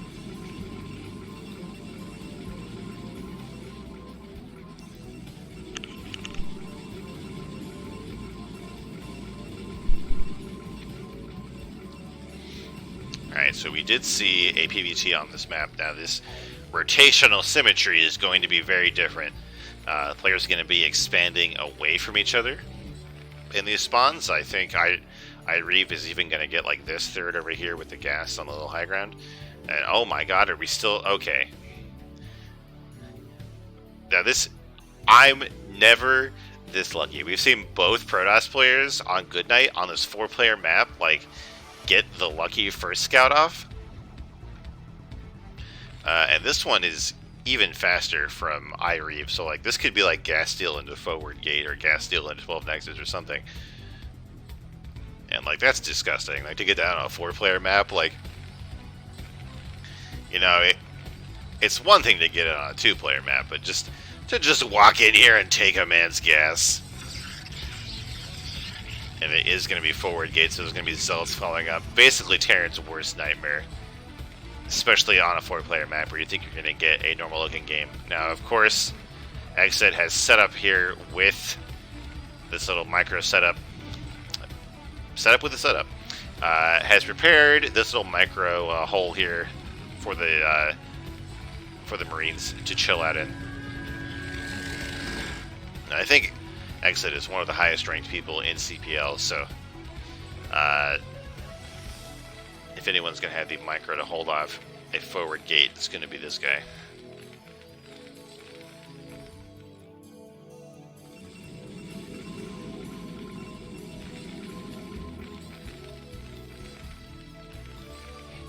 Poor Exit doesn't even know where the TToSS is.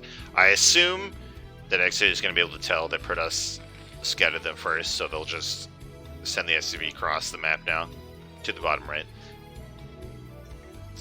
Definitely important to see what follow-up the TToSS is going for after a gas steal.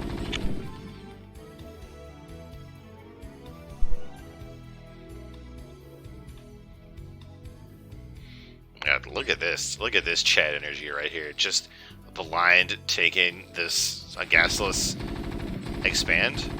And like I think this is pretty much what TToSS would want you to do if they're going for forward gate. But the Zealot has been seen now. This Marine, oh, might actually being ignored by the Zealot. No, there you go. Oh, 2 hits on the Marine. That's huge. There's no more room for error here for Exit to defend this. Trying to get this bunker up. Ooh, snipes the probe. It's definitely a big deal. Keeping the wounded. Oh, the Marine. No, did not keep the wounded Marine away. But I think the critical thing here is that time has been bought for this bunker to finish. Look at this Benny Hill nonsense going on here.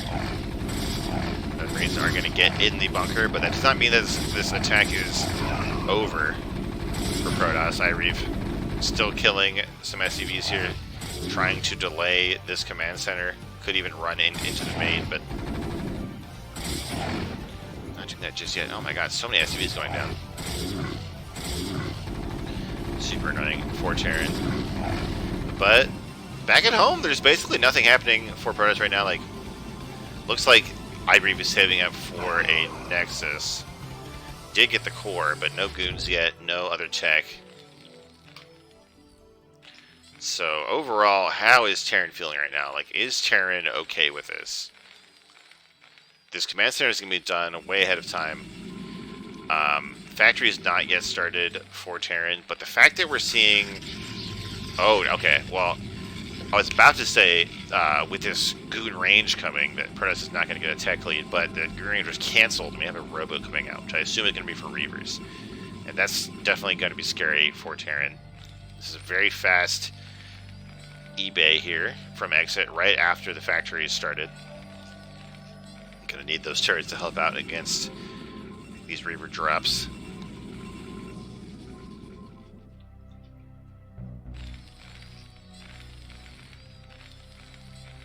We'll have to see how that harassment goes here.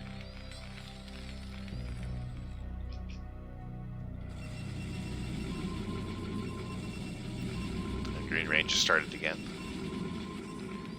The thing is, I don't think exit is going to be poking around anytime soon to figure out what's going on in the Protoss base. Might try to snack his SCV. Yep, there we go. There's the caster curse. SCV wouldn't be scouting, and immediately went to scout.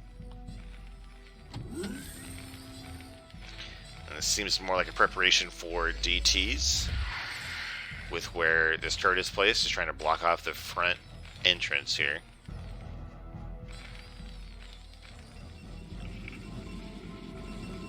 Oh, those goons just not shooting? Hello? What? Like, excuse me? They literally just didn't shoot at all? So the SCV gets in here, is going to see the timing on this robo, sees the support bay almost being done. So exit knows exactly what is happening right now. I guess that SCV like just bribed the goons to get in. I'm not sure what happened there. Getting this armory to get some Goliath to help shoot down that shuttle. Reaver is on the way. The shuttle popped already. We're going to see how these players can micro against each other.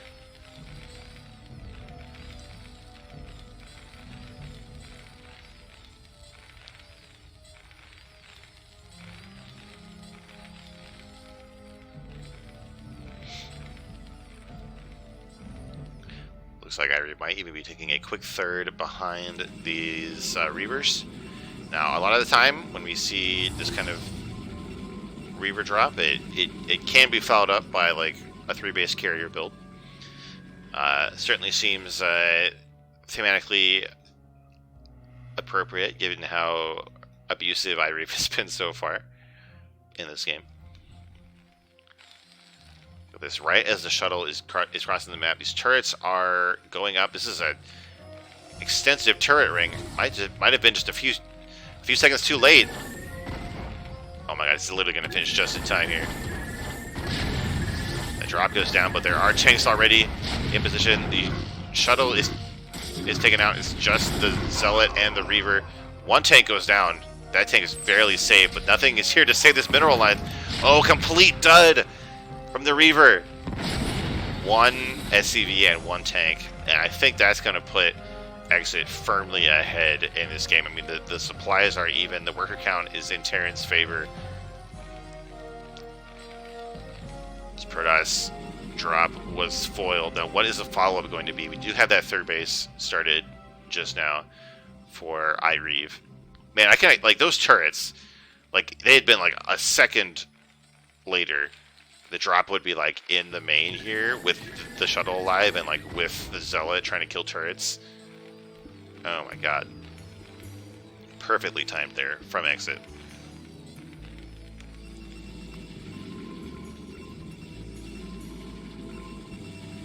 Looks like it won't be carriers, at least not immediately. Heading for the more normal Arbiter tech. I guess this map is probably not great for carriers. It's a lot of open space in the middle. I don't know if, like, you could abuse the terrain on the edge of the map. I don't know if that's good or not. I'm just no good with carriers. I pretty much just always go for Arbiters. Oh, but this tech might not be for Arbiters. It might be for something more like a bus here. Getting a pretty quick speed upgrade for the Zealots, although you definitely want to have more gateways if this is your plan. that quick forge, I don't think we're going to see like an all-in here.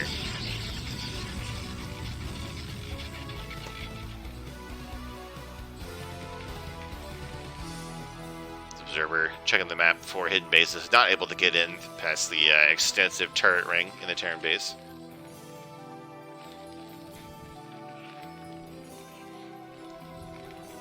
See Nightcat taking notes about my play. Don't worry, you already have Eskia. Eskia knows exactly how I play PvT now.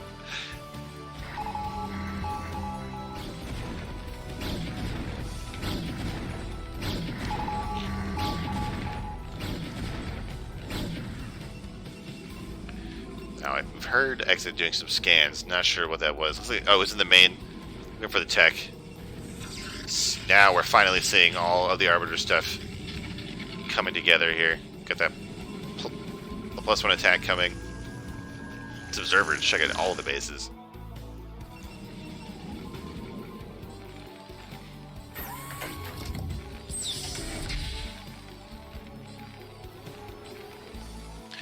Ooh, we have a decent force here from Terran, kind of built up in the corner away from where any observers could get to easily. And what does Protoss have to do with this? I mean, this is not a small army from Protoss either. I think it's going to come down to the engages here. I feel like we've seen just a bit better control from Exit so far in this game. And the Observer from iRk-iReve is going to reveal that. Ooh, a scan is also going to take out that Observer. Make it that much harder to keep tabs on this push. This goon, I don't know what he's doing, hanging out by the fans. Ooh, this is only 4 gateways. And there are 6 factories. Okay, so this is definitely scary for Protoss. Like, against a 6 gate push, you want like 8 to 9 gateways. The Arbiter tech is started, but not finished yet. This is basically the perfect time for Terran to move out. Taking advantage of this terrain, getting the Protoss army split in 2, but the shuttle drops right on top of the tanks. Is it enough? The goons are here to follow up on these zealots. Several tanks have been killed, but the entire Protoss army is wiped out. With those 6 factories, I mean, look at all these vultures that are going to stream across the map, and iRk-iReve doesn't even want to deal with it, and Exit is going to take game 1. Managed to weather the storm of all the Protoss shenanigans coming out of iRk-iReve.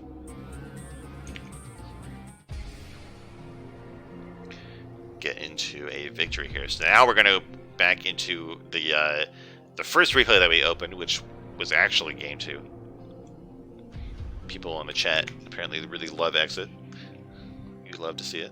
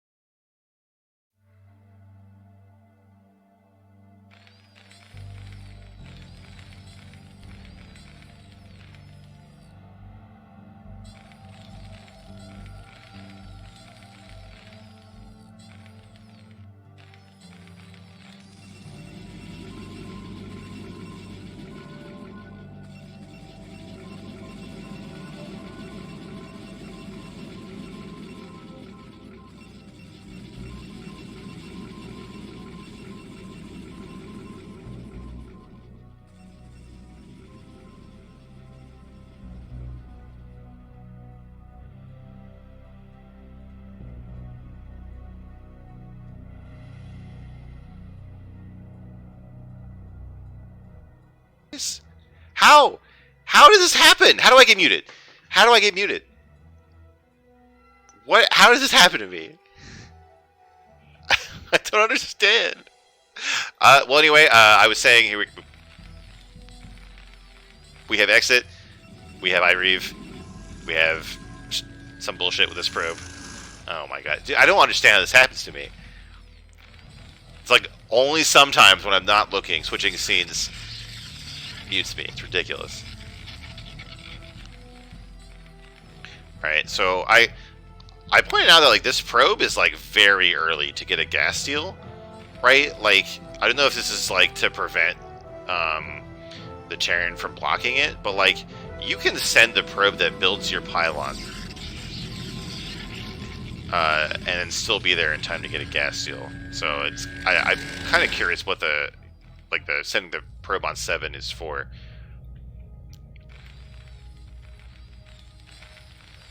The exit this time is just gonna try to kill this gas very quickly. We could see another gas lux expand or something else.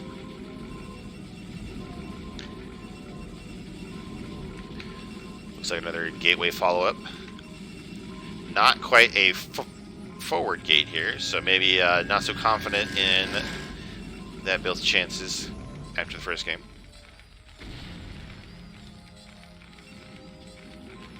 The gas is taken, so it's not going to be any kind of gasless build here.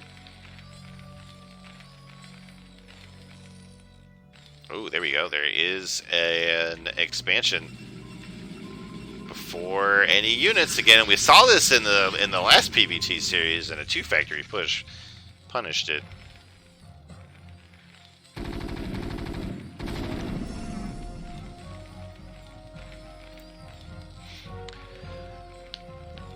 All right, this scouting probe is killed.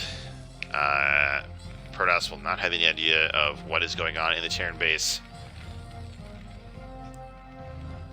But again, like we saw last time on Eclipse,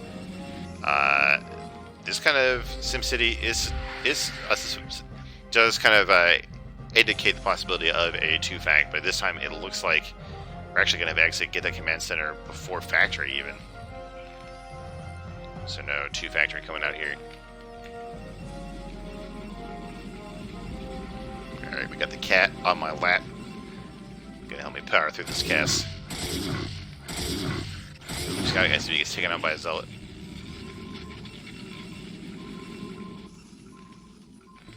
Factory goes down for exit.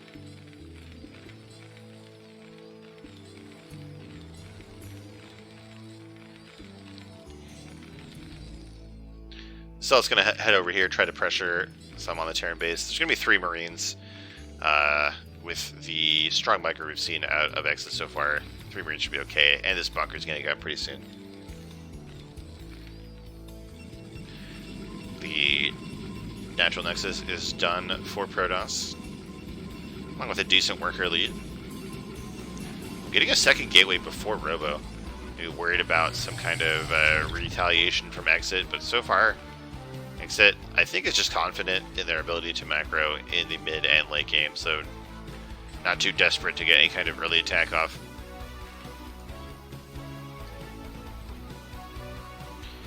Heading out here, maybe to check for like proxied buildings or trying to sneak around goons that are crossing the map, trying to find any TToSS expansions.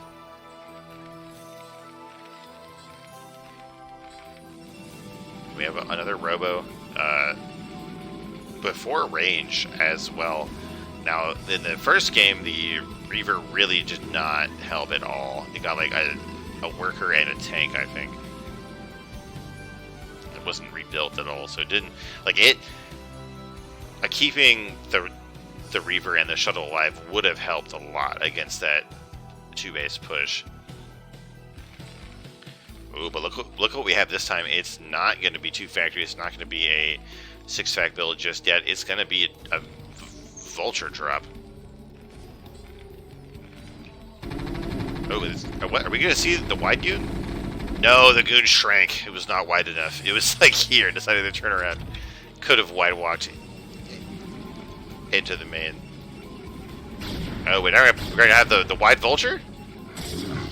The wide vulture? No, the pro blocks it. So Terran does not get in the main.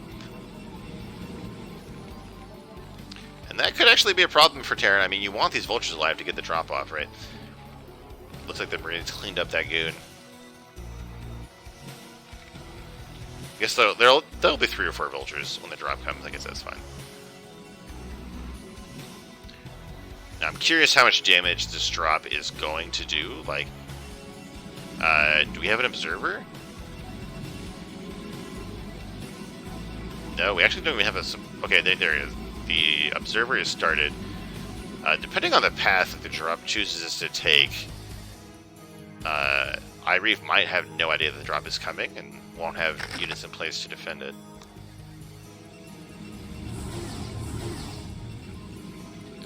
Ooh, so the shuttle is picking up 3 zealots? This is curious. So I don't think we're going to see Reaver at all. I think this is like some kind of bus coming out, like a 2-base bulldog-esque attack from iRk. There's so many mines on the map, like, I don't know. Alright, in the meantime, the dropship is done. It hasn't moved out yet. Maybe scared to run into these goons in the middle of the map. Oh, here it goes. I'm gonna try to take some route around here. Ooh, and okay, I don't know if this is what happened, but Exit would have seen iRk killing mines, and then known that the observer was here, and then known that they can go around like this.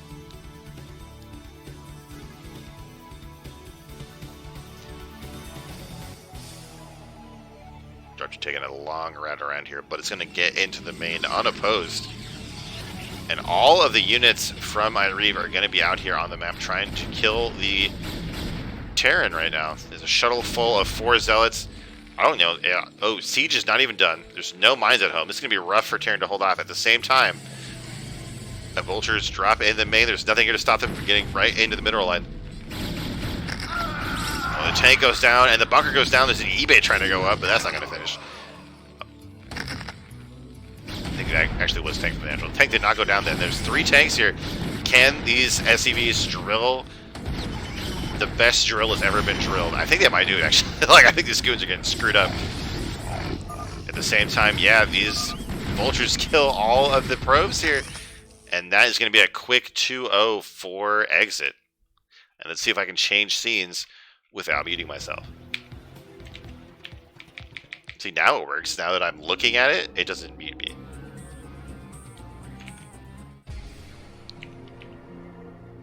That's going to actually update our series score. Our group score, rather. It's 1-2, currently in favor of the Korean mechanics.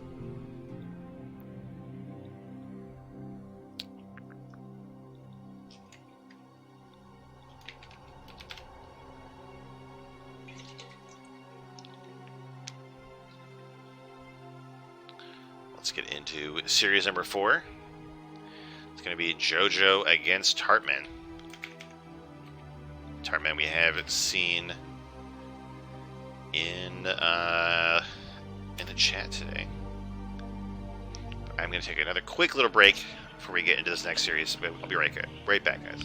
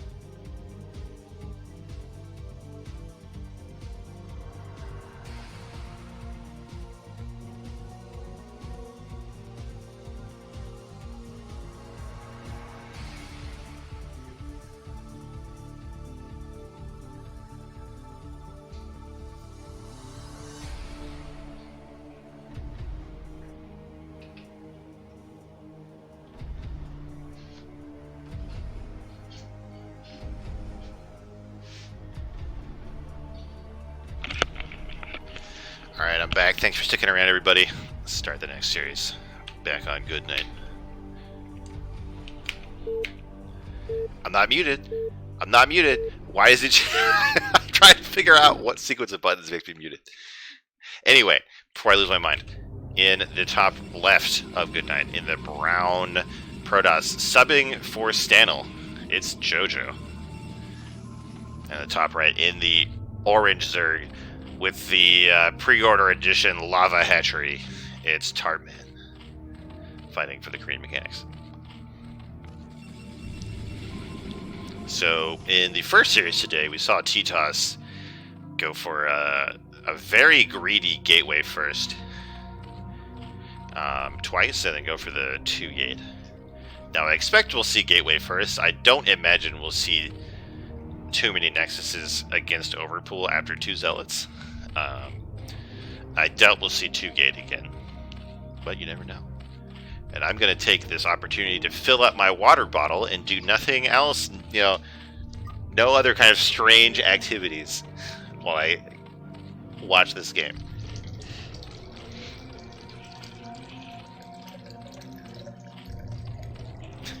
Don't you get any ideas right now? There.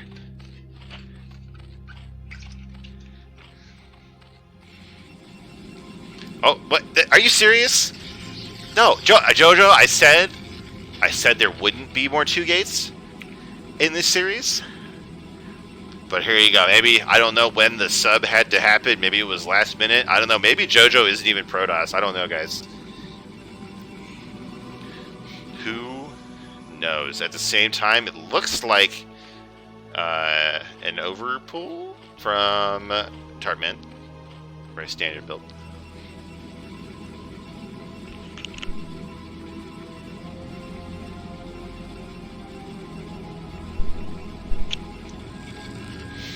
Actually, it's not even 2 gate. Alright, I was correct. It's just 1 gate tech. And I mentioned this earlier, and this is really rough. Not impossible, but feels pretty miserable unless you just ace it.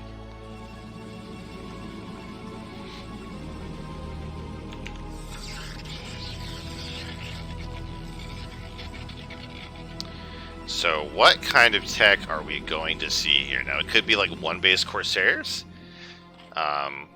Get those out really early, try to kill a bunch of Overlords, and you're weak on the ground. My guess is either it's going to be like 3 gate Goon, or something with Reavers. That's my guess. Tarpman is going to see what's going on here. Knows everything that's going on in Protoss land. And oh my god, look at this. Like, I don't know about this, man. But I guess this is what you had to do on these wide ramp maps. Dude, where are all these probes going? Like, have you even scouted anything? Like, I guess just so nervous that Lynx could be crossing the map that we've pulled 6 probes? Yeah, 6 probes and the scouting probe to deal with maybe a Link flip. But it didn't even come. So that was a bunch of wasted money there. Actually, there's still 2 probes here. Like, I guess if you were going to do 1 gate tech at some point in this series, you would do it on Eclipse with the tiny ramps. But, like, this is a wide ramp. Like, you need a lot of units to block this.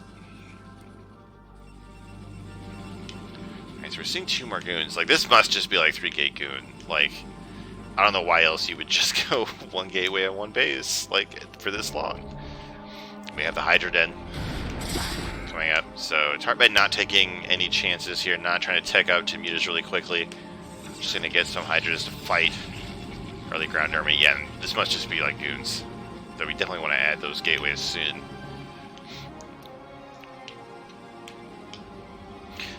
I don't remember if we've seen this in a pro game, but somebody mentioned this like 3 gate goon to me. I tried it once. I think in like one of my like preseason games, like last season or CPL, or maybe in a season game. I don't remember. It's pretty funny if you pull it off.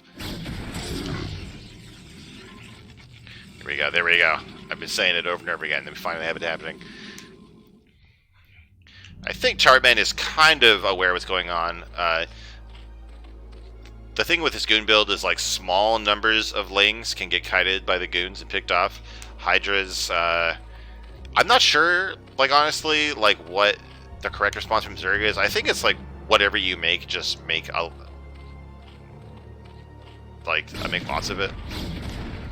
The thing is though, like Sunguns are actually not that great against goons. Like they're really good against Zealots. You don't want to rely on that too much.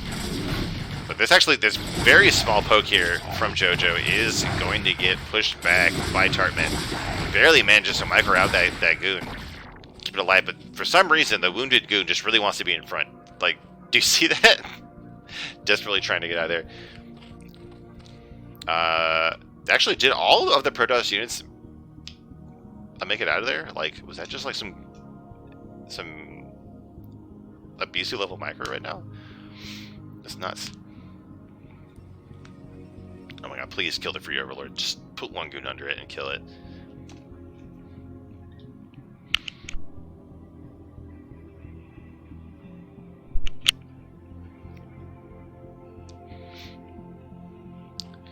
Alright, I think JoJo's gonna wait, hopefully not too long, for more goons. And then reapply this pressure. The Hydra count is growing. We saw, I think, the speed up. We saw Link speed, and we're getting Hydra range. And I assume Hydra speed is done by now. The lair is coming. I think Lurkers is going to be the lair tag here. Now, this Overlord is very, very brave, but he is getting good scouting information. Knows that there's no natural.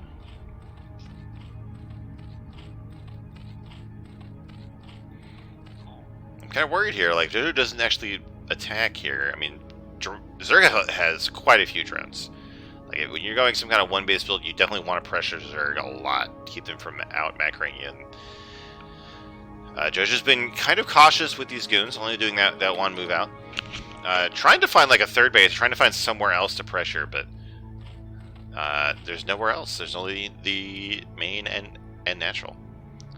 I'm wondering what this probe is here for. Like, it is to build like a shield battery. I don't know. Alright, but this small number of Hydras, if it's out in the front, will not be able to fight these goons. Definitely want to retreat behind the Sim City. We do have Lurker Tech on the way. We have Overlord Speed and range attack and a bunch of links coming up. I think JoJo wants to like spread these goons out in the arc and then like slowly move forward and hold position, try to like chip away at the outside of the wall. Definitely don't want to dive in here too hard. We have some goons trying to kill this Overlord natural, but it's given plenty of time to retreat. Oh, the Zealots don't want to go in there. They're going to get shoot up by all these Lings and Hydras, I think. Lings trying to surround these goons. Ling speed is done. We've seen some excellent micro from JoJo so far, but actually this looks like way more Zerg than I was expecting. These Zealots go down. The goons have managed to clean up the Lings, but they're retreating from these Hydras. Actually, you know, I'm not entirely sure that goons should be retreating there. Like, most of them have plenty of health. This one guy in the front is wounded, but I think they could have taken those Hydras.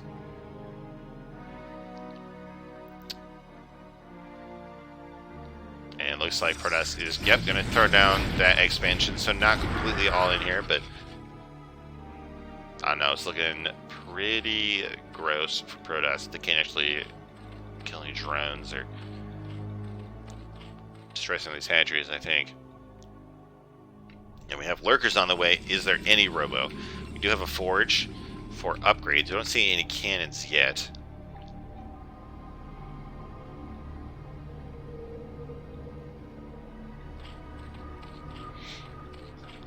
Four Lurkers are done. Not too many, but if you can't see them and you don't have any splash damage, that's completely fine. Looks like we have one cannon at the front of the TToSS choke. Definitely going to be vulnerable there. But these goons are in a nice arc on the high ground. No focus fire on the Lurkers, though. They do manage to burrow. Only one of them is too far forward, so not a ton of damage down on the goons, but JoJo definitely has to keep retreating here. Wants to get back to these cannons for detection. First one is not quite done yet. Looks like it'll be done by the time the Zerg gets here. The second one is still a ways away. God, these Lurkers want it so bad. Oh, one burrows in range of the cannon here. And it gets taken out for it. And it looks like we might have a lurker contain being set up here. There's a third hatch, or a third base set up here for Zerg just now finishing. Oh, we still don't even have a robo started. Like, we have a citadel, which is not going to help you see the lunkers. 2 cannons is pretty fragile, especially when they're so far forward. Like, they're not, like, back here, like, protecting the choke. They're up in front of the choke, so Hydras can stand, like, right here, right? Take out so many of these cannons very rapidly, if that is what TToSS chooses to go for.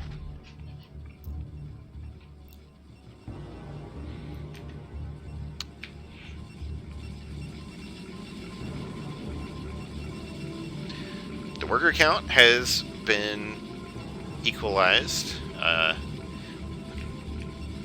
so I guess overall this looks good for TToSS, but the supply is even, which is that the Zerg army is getting pretty big relative to TToSS. This Overlord is getting in here and seeing everything. I was worried this was going to be a lurker drop, but not quite. A few more cannons going down. With this contain, though, I think Zerg going to have plenty of opportunity to drone. And yeah, look at that. In the time it took me to notice that, 8 drones have come up. I think that Overlord got an idea of the timing on all of the tech, knew that's going to be a while before TToSS can break out of this contain, and the TToSS could afford to drone right now.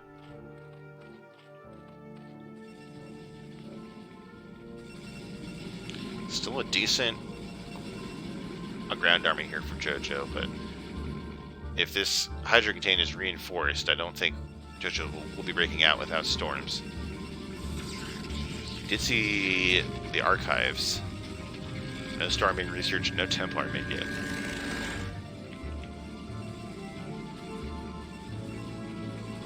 My cat is attacking my foot. Excuse me. Cat, don't do that. Oh my god, look at this. 3 hatcheries at the third base. TToSS is like exploding right now in macro. Getting a Spire. Probably for Scourge to snipe the observers is my guess. Maybe muted to snipe Templar, but it looks like hitting at the hive tech doesn't want to throw too much gas in the muted right now. Look at that. The first observer is sniped immediately by the Hydras. Some casualties on both sides, but oh god, look at all these units in the production queue. 10 Hydras coming and 4 more lurkers. It's looking really scary for JoJo. The delayed tech from this one base build coming back to bite him.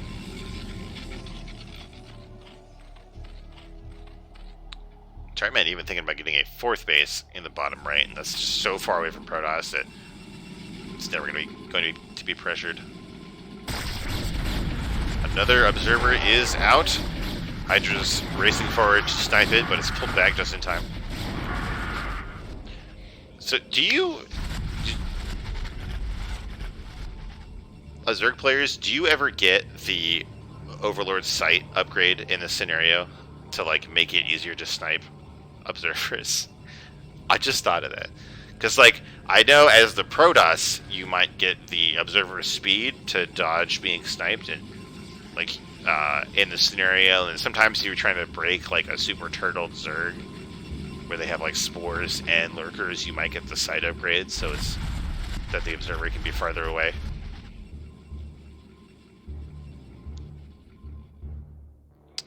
Uh-oh, look at that. 6 pylons in production. JoJo is supply blocked. Gonna resolve that quickly. I think this is the first Templar to come out, and that's, you know, it's gonna have the energy for 1 storm in like 12 seconds, and then there's still gonna be plenty of Hydras left over. The bottom right base is done for TToSS. No drones there just yet, but I'm sure there will be soon. Hive tech is done, and the Defiler Mound is actually halfway done. And let me tell you, Dark Swarm on a lurker contain is the worst thing that could possibly happen to you. JoJo definitely wants to make something happen before Tarpman gets to that tech. It would pretty much be only Storm that can deal any damage to this Zerg army once the orange cloud is here. Oh, and look, we do have it. We have the Overlord sight range. I'm a genius. Oh god, you definitely don't want to be making Archons here. Like they're not good at all against Hydra Lurker. You want as many storms as you can get right now. Oh god, that Templar gets picked off immediately by the Lurkers. This goon's not doing their job. Oh man, Kasuba's on the way, a single Defiler, but that's all you need to cast Darkstorm. JoJo trying to break out here. These Lurkers dealing so much damage. All this splash damage going down on the Zealots and Goons. But is it enough? I mean, it looks like JoJo might actually break out here at heavy cost. But look at the mini-map. Look at all of his units coming to defend. It's going to be a short-lived victory for the TToSS. The Observer even gets sniped again. Oh my god, look at all these Scourge. Each one could kill an Observer. There could be 12 Observers right now. They'd all go down. I think the Natural's going to get broken here for JoJo. We saw that Defiler, but we don't even need it. I think Tarpman is going to take this game 1.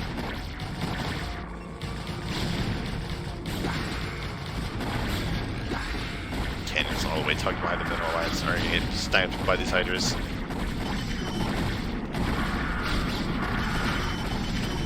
So many sad probe noises. There you go, JoJo taps out of game 1. Shows an exciting 3-gate goon 1-base build, but Tarpman was able to hold on and then slowly choke the TToSS out with that contain.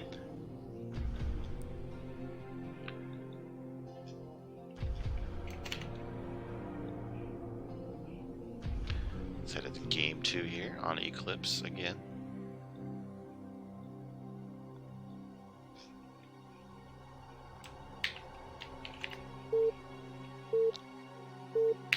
I cannot figure out what is muting me.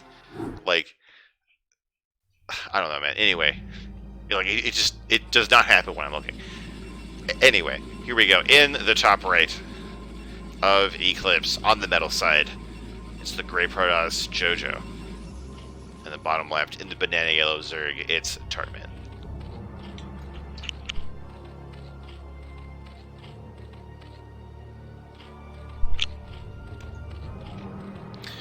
Now, I did say that Eclipse should at least hypothetically be better for a 1-base build because, or for a 1-base 1-gate build, because the ramp is narrower, so it's easier to hold off with a small number of units. Like we saw, JoJo had to pull a bunch of probes to feel safe, even though Tarpman wasn't actually sending links.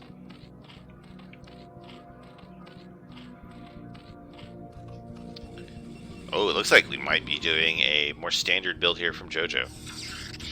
Oh, hold on. Where's my, there it is.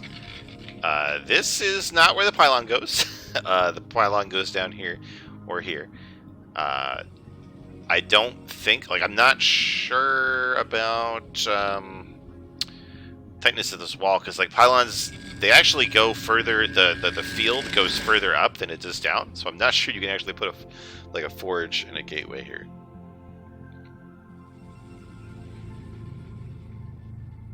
I guess we'll see. Now, this looks like an overpull from Tarpman. I wasn't actually looking at the Zerg. Alright. Ooh, okay, so this gateway can go here. This won't be tight, though, I think. I don't know, man. This build is ridiculous. Oh, no. And we get in the forge really quickly, so I'm starting to think that JoJo's definitely not a TToSS player, but they were a sub for this game, so hard to rag on them too hard.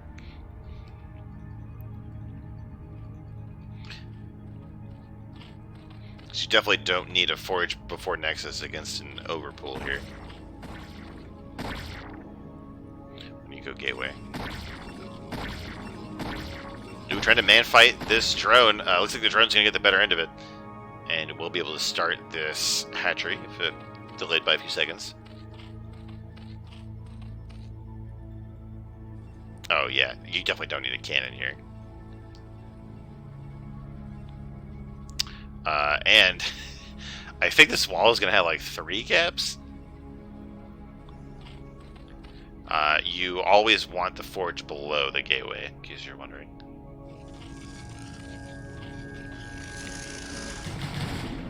Scouting probe gets annihilated by like 7 lings here.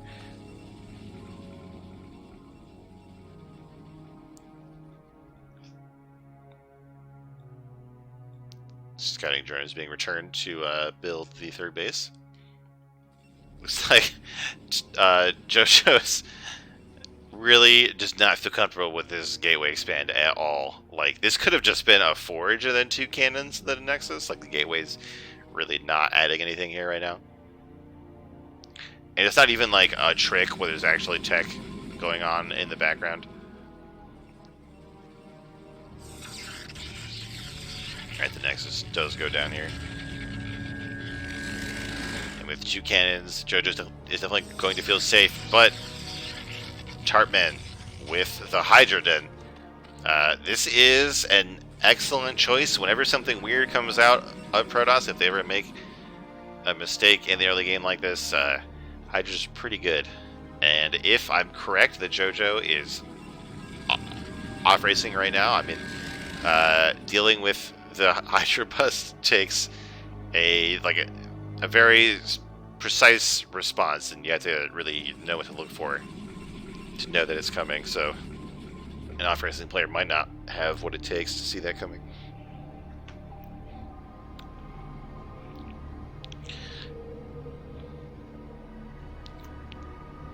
This probe that I'm managing to sneak out might be able to get a read on this, but lings are being sent to help clean it up. Hydra speed is already on the way, so 973 is definitely coming. Oh, the lings try to block the ramp, but they actually do let the probe get in here. See the 3rd base.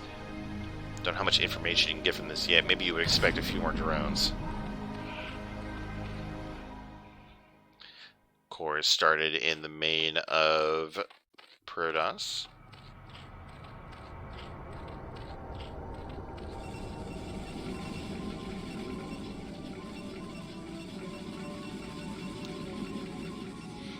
Might have to get a Corsair to get into the Zerg main to scout it, but I don't think you're going to have time for that. I think Hydra's going to be here pretty soon.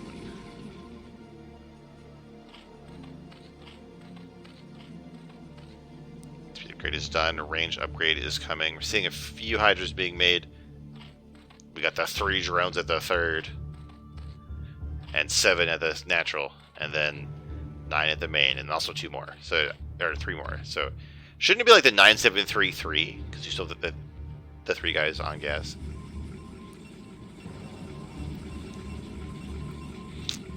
Mysteries. Alright, Hydras are being pumped now. The upgrades are finishing. This wall, actually, I don't think it's like too bad against Hydras. Like, I think like the gateway is kind of screwed. Like, they can be down here away from the cannons and pick up the gateway, but Forge and the Pylon are pretty much the same situation that they would be in normally. Looks like JoJo was thinking about a cannon, but chose not to just yet. Alright, the Hydras are here. That range upgrade is about done. And I don't think we're going to see a slow chipping away the wall. I think we're going to see Tartman just go for it here. This is what we're seeing. Now, can these cannons be picked off? One cannon gets focus fired. Another one is doomed. JoJo's desperately trying to build these cannons in response, but don't think they're going to have time to get up. Now, these slow zealots actually doing a great job fighting the Hydras while they focus down the cannons. Can they buy enough time here? These cannons might... Oh my god, are these cannons actually going to get up? No. Okay, never mind. The Hydras are victorious over the zealots. Look at how quickly... Look at that. Look at how quickly they die. Cannons are so bad. Oh my god. Everything goes down, and JoJo taps out. Tartman is going to take a quick 2-0 in this series.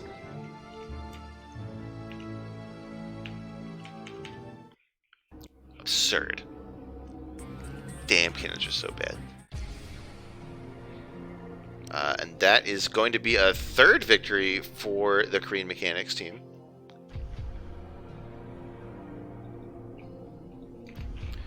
We're going to head into the final series right away. Supperman against LoveSnow, both of them chat heroes.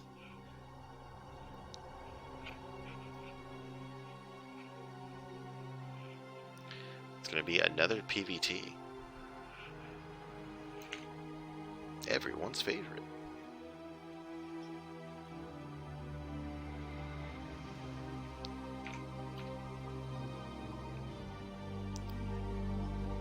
Alright, cat. This is not working. He's trying to climb on my shoulders and eat my headphone cords. It's not going to work. I gotta get a little headset for my cat so he can be my co-caster. But we can't share the same mic. It's not going to work. Alright, let's get started in this game.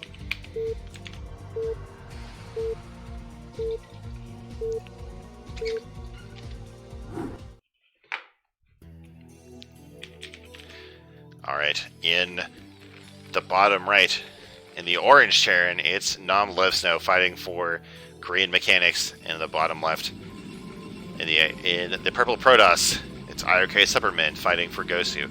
Can I just say that I appreciate the spooky Halloween colors? It's good. I like it. Alright, so this is our third PVT of the day. We've definitely seen a lot of TToSS shenanigans. Now, what kind of TToSS is Supperman? Are they honorable? Are they degenerate? I guess we'll find out.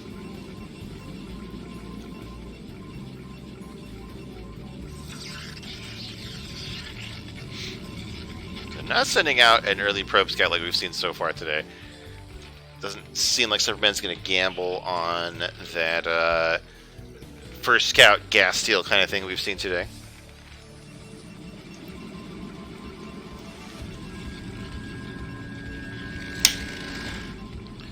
Alright.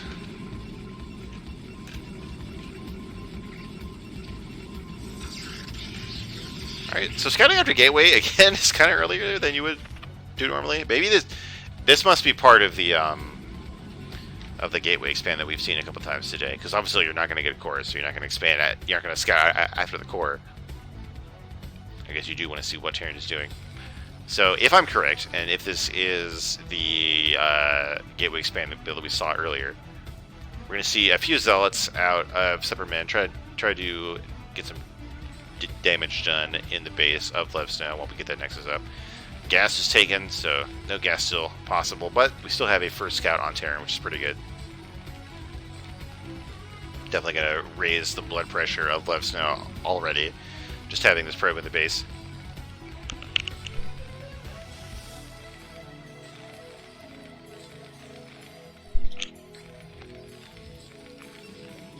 Oh, this is so annoying. Probe just tickling the SDB building the barracks. Just being annoying. Forcing this SDB to be pulled off the mineral line. Taxing that APM just a little bit. Ooh, and it's not. Hold on, I should have been paying attention to TToSS. It's not the Gateway expand. It's just going to be a Zealot first before core into a normal looking build. So I assume this Zealot's going to be rallied across the map, trying to get in the way here. Yep, there it is. Okay. The scouting SCV of LoveSnow is going to see that, so should be aware of what's coming. Pulling a few boys to block the ramp from the Zealot. I think that's smart. Now with the probe here, I think it's like, yeah, it's just 3 hits from a Zealot and a probe to kill an SCV, so some of these linebackers might be taken out here if the Zealot really wants to force the issue. Oh, but look at this. We have a second factory up here in the top side of the map, so LoveSnow definitely does not want to let these units in here, but look at that. Oh my god. Just walking past the SCV. Almost kills the last Marine, but not quite, and that's actually huge. because the second factory remains unscouted.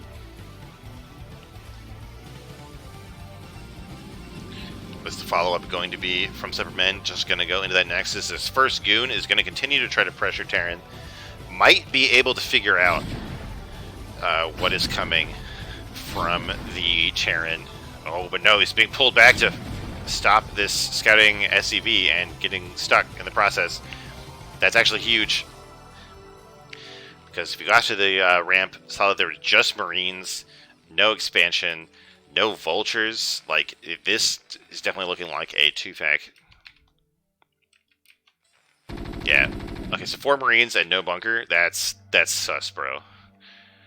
What is Supperman going to do about it? Does kill the scouting SCV, has a second gateway on the way. Versus a 2-fac, you want ideally the third gate. Yeah, we do see the third gateway on the way. Eventually, you will need an observer to deal with mines. But we're not going to get that observer done for the first wave of the 2-fac. Supperman's going to be as forward as possible with these goons. You can kite the push and slow it down just to buy time for more goons to come out. But the important thing is don't lose these goons. Like, you just can't do the micro, just run home. Try to build up a higher goon count. Make this push back to move out again, like we saw earlier today. You get those 3 tanks, and then you rally some more vultures. Oh, this goon's taking a lot of damage. This is what I was worried about here. There are some high ground areas to take advantage of, but with so much damage on the goon, it seems like Supperman is taking the safe choice and just running back. You also don't want to be cut off by vultures flanking you. The shield battery could definitely help. Man, this build's really fast. Oh, the damaged goon gets picked off immediately. Love still will not be distracted, and it's looking pretty gross. We have 3 goons headed out here for the Protoss. They're going to have to walk all the way down through the natural growth of this tiny choke created, unfortunately, by the shield battery. And Love Snow is merciless. Like, keeps finding the weakest goon and picks it off. Mines killing the Marines and the goons, but the vultures make it to the main. They have speed and mines now. Supperman has to tap out here. So Love Snow detected a weakness after that opener and didn't want to deal with whatever shenanigans Protoss was going to throw at him. He's going to win that game with a quick 2-factory push.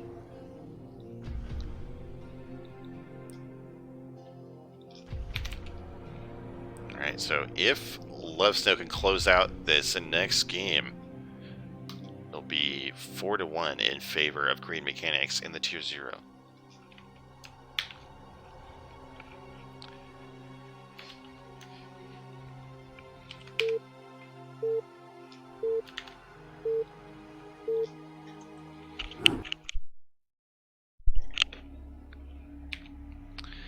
Once again, in the spooky Halloween colors, in the top right, it's the orange Terran Nam Love Snow, victorious in the first game.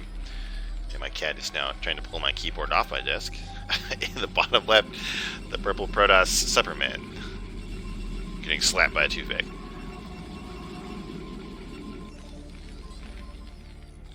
Alright, so I mentioned it before, but Eclipse, being a 2-player map, does allow for the gas steal in this matchup. I don't think we've seen gas steal into 12 Nexus today, which is kind of amazing because 12 Nexus is really popular lately in this matchup. Oh, and this is a very early SCV to leave the base of Terran. Are we going to see a BBS? Could just be 1 barracks at 8 to try to punish a 12 Nexus. But this guy's going way out of the path. Like, does not want to be scouted by anything. So it's not going to be BBS because this supply depot is done. Damn it, cat. What are you doing? Knocking everything off my desk. Kind of curious about this. I guess we're going to find out. Well, could be a gas steal. No, well, it's not going to be a 12 Nexus because there is going to be that gateway. It is going to be a gas seal from Supperman. So this is gonna be like the second barracks proxied. Okay, that's what we're gonna see, I believe.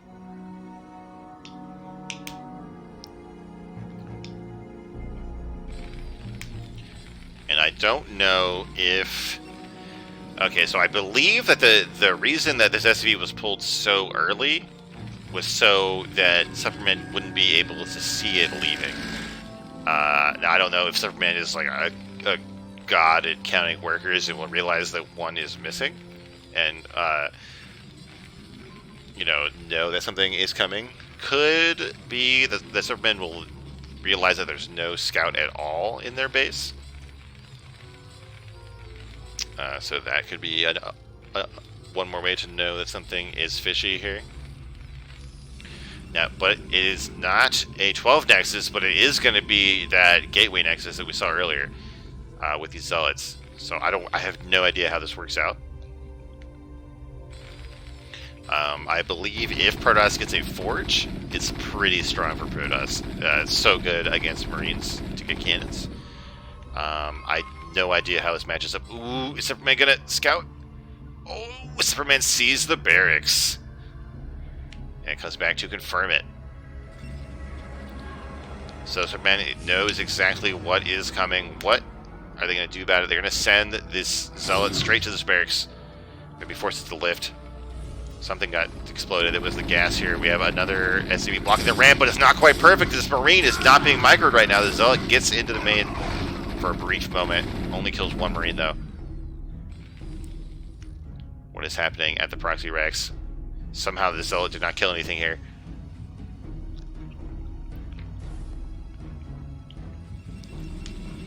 Oh my god, look at this. Supperman is freaking out, getting a second gateway and a forge, not even trying to expand anymore.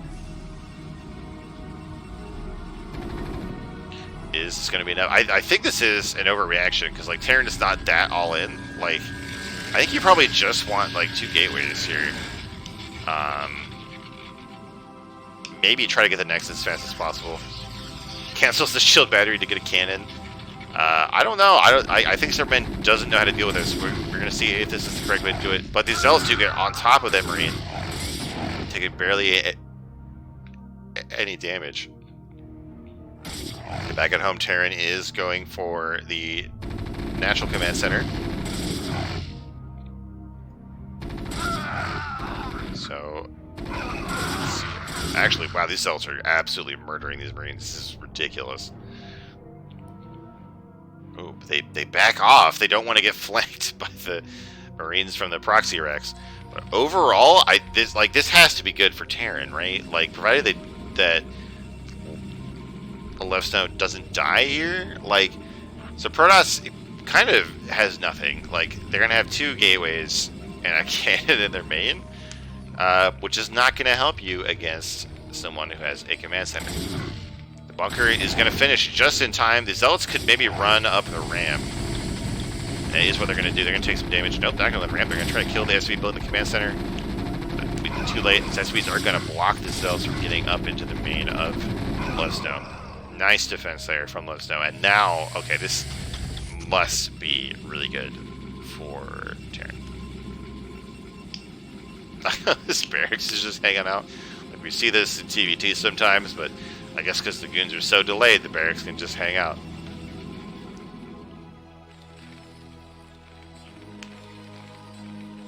Two factories going up. Now that Leadsnow sees that there's no GT tech or anything silly coming out of Supperman, don't have to get an eBay, don't have to get an academy, go straight into this second factory, and it's going to be deadly for TToSS. Like, TToSS is going to have a hard time getting to a situation to stop some kind of early factory push.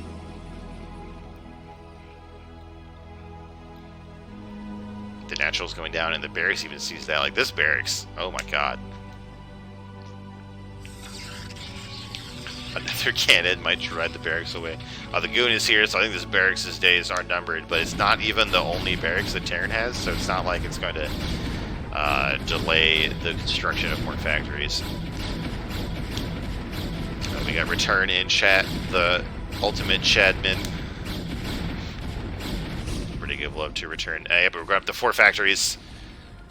And I don't know if Supperman has a way to stop that. Like, Supperman definitely isn't going to know about it. You want like 6 gateways against a 4-fact push, and we just don't see that. These cannons are not going to help at all against tanks. Also might be like trying to fake a third here by sending out this SCV. He's also going to find it. I don't know, like, there's a lot of SCVs sent around. I guess we're looking for proxies more likely. Robo is starting, but there's no way that Observer is going to get in the Terran main in time to see this. There's already 3 tanks out.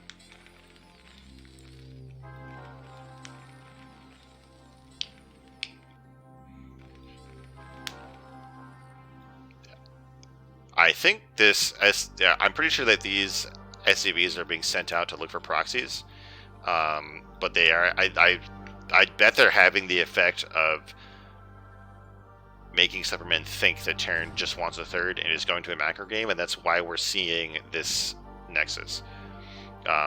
This is not going to help, right? Like, there's still only 2 gateways. This is going to look pretty hard to stop, I think. Like, I don't see how it's possible without the sickest mind drags you've ever seen. But we have only slow zealots, which are being picked off right now. There's no shuttle. There's no observer to even see where the mines are. Like, I think Supperman is just going to get rolled right now.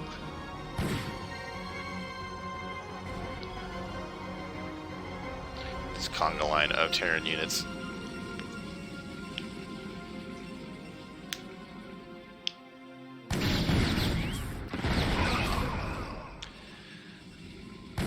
Supperman is gonna have figured out what it is by now, but I just, like, look, the tanks don't even have to siege. Like, oh god, all the goons are getting clumped up. The mines, I think, are going to do huge damage if they can actually go up.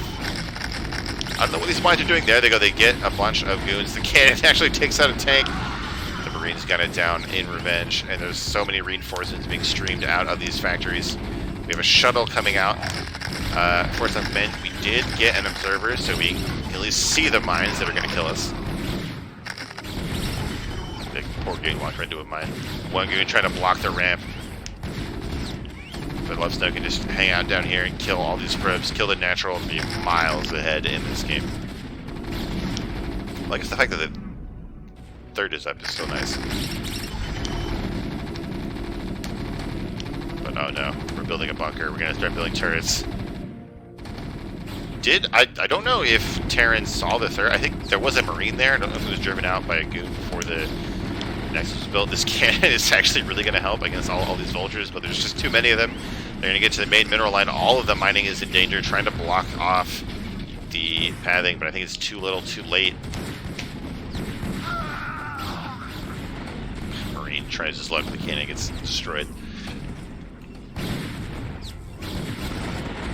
Rises down to 17 probes. Does have this third base. I mean, if there's a possible way for Supperman to get back in this game, it's going to be that third base. But I don't think Lovesnow is going to give him that opportunity. The goon drop, ladies and gentlemen. Ooh, mine drag?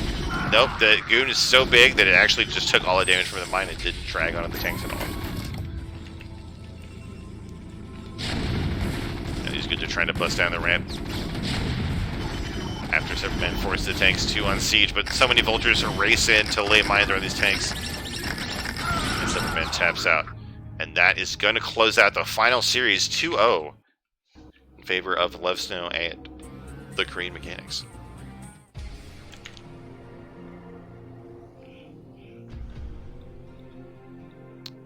So let's update that score. All right, and that is going to be it for this cast of the Tier 0 match between Team GOSU and Korean Mechanics. Thanks so much for tuning in.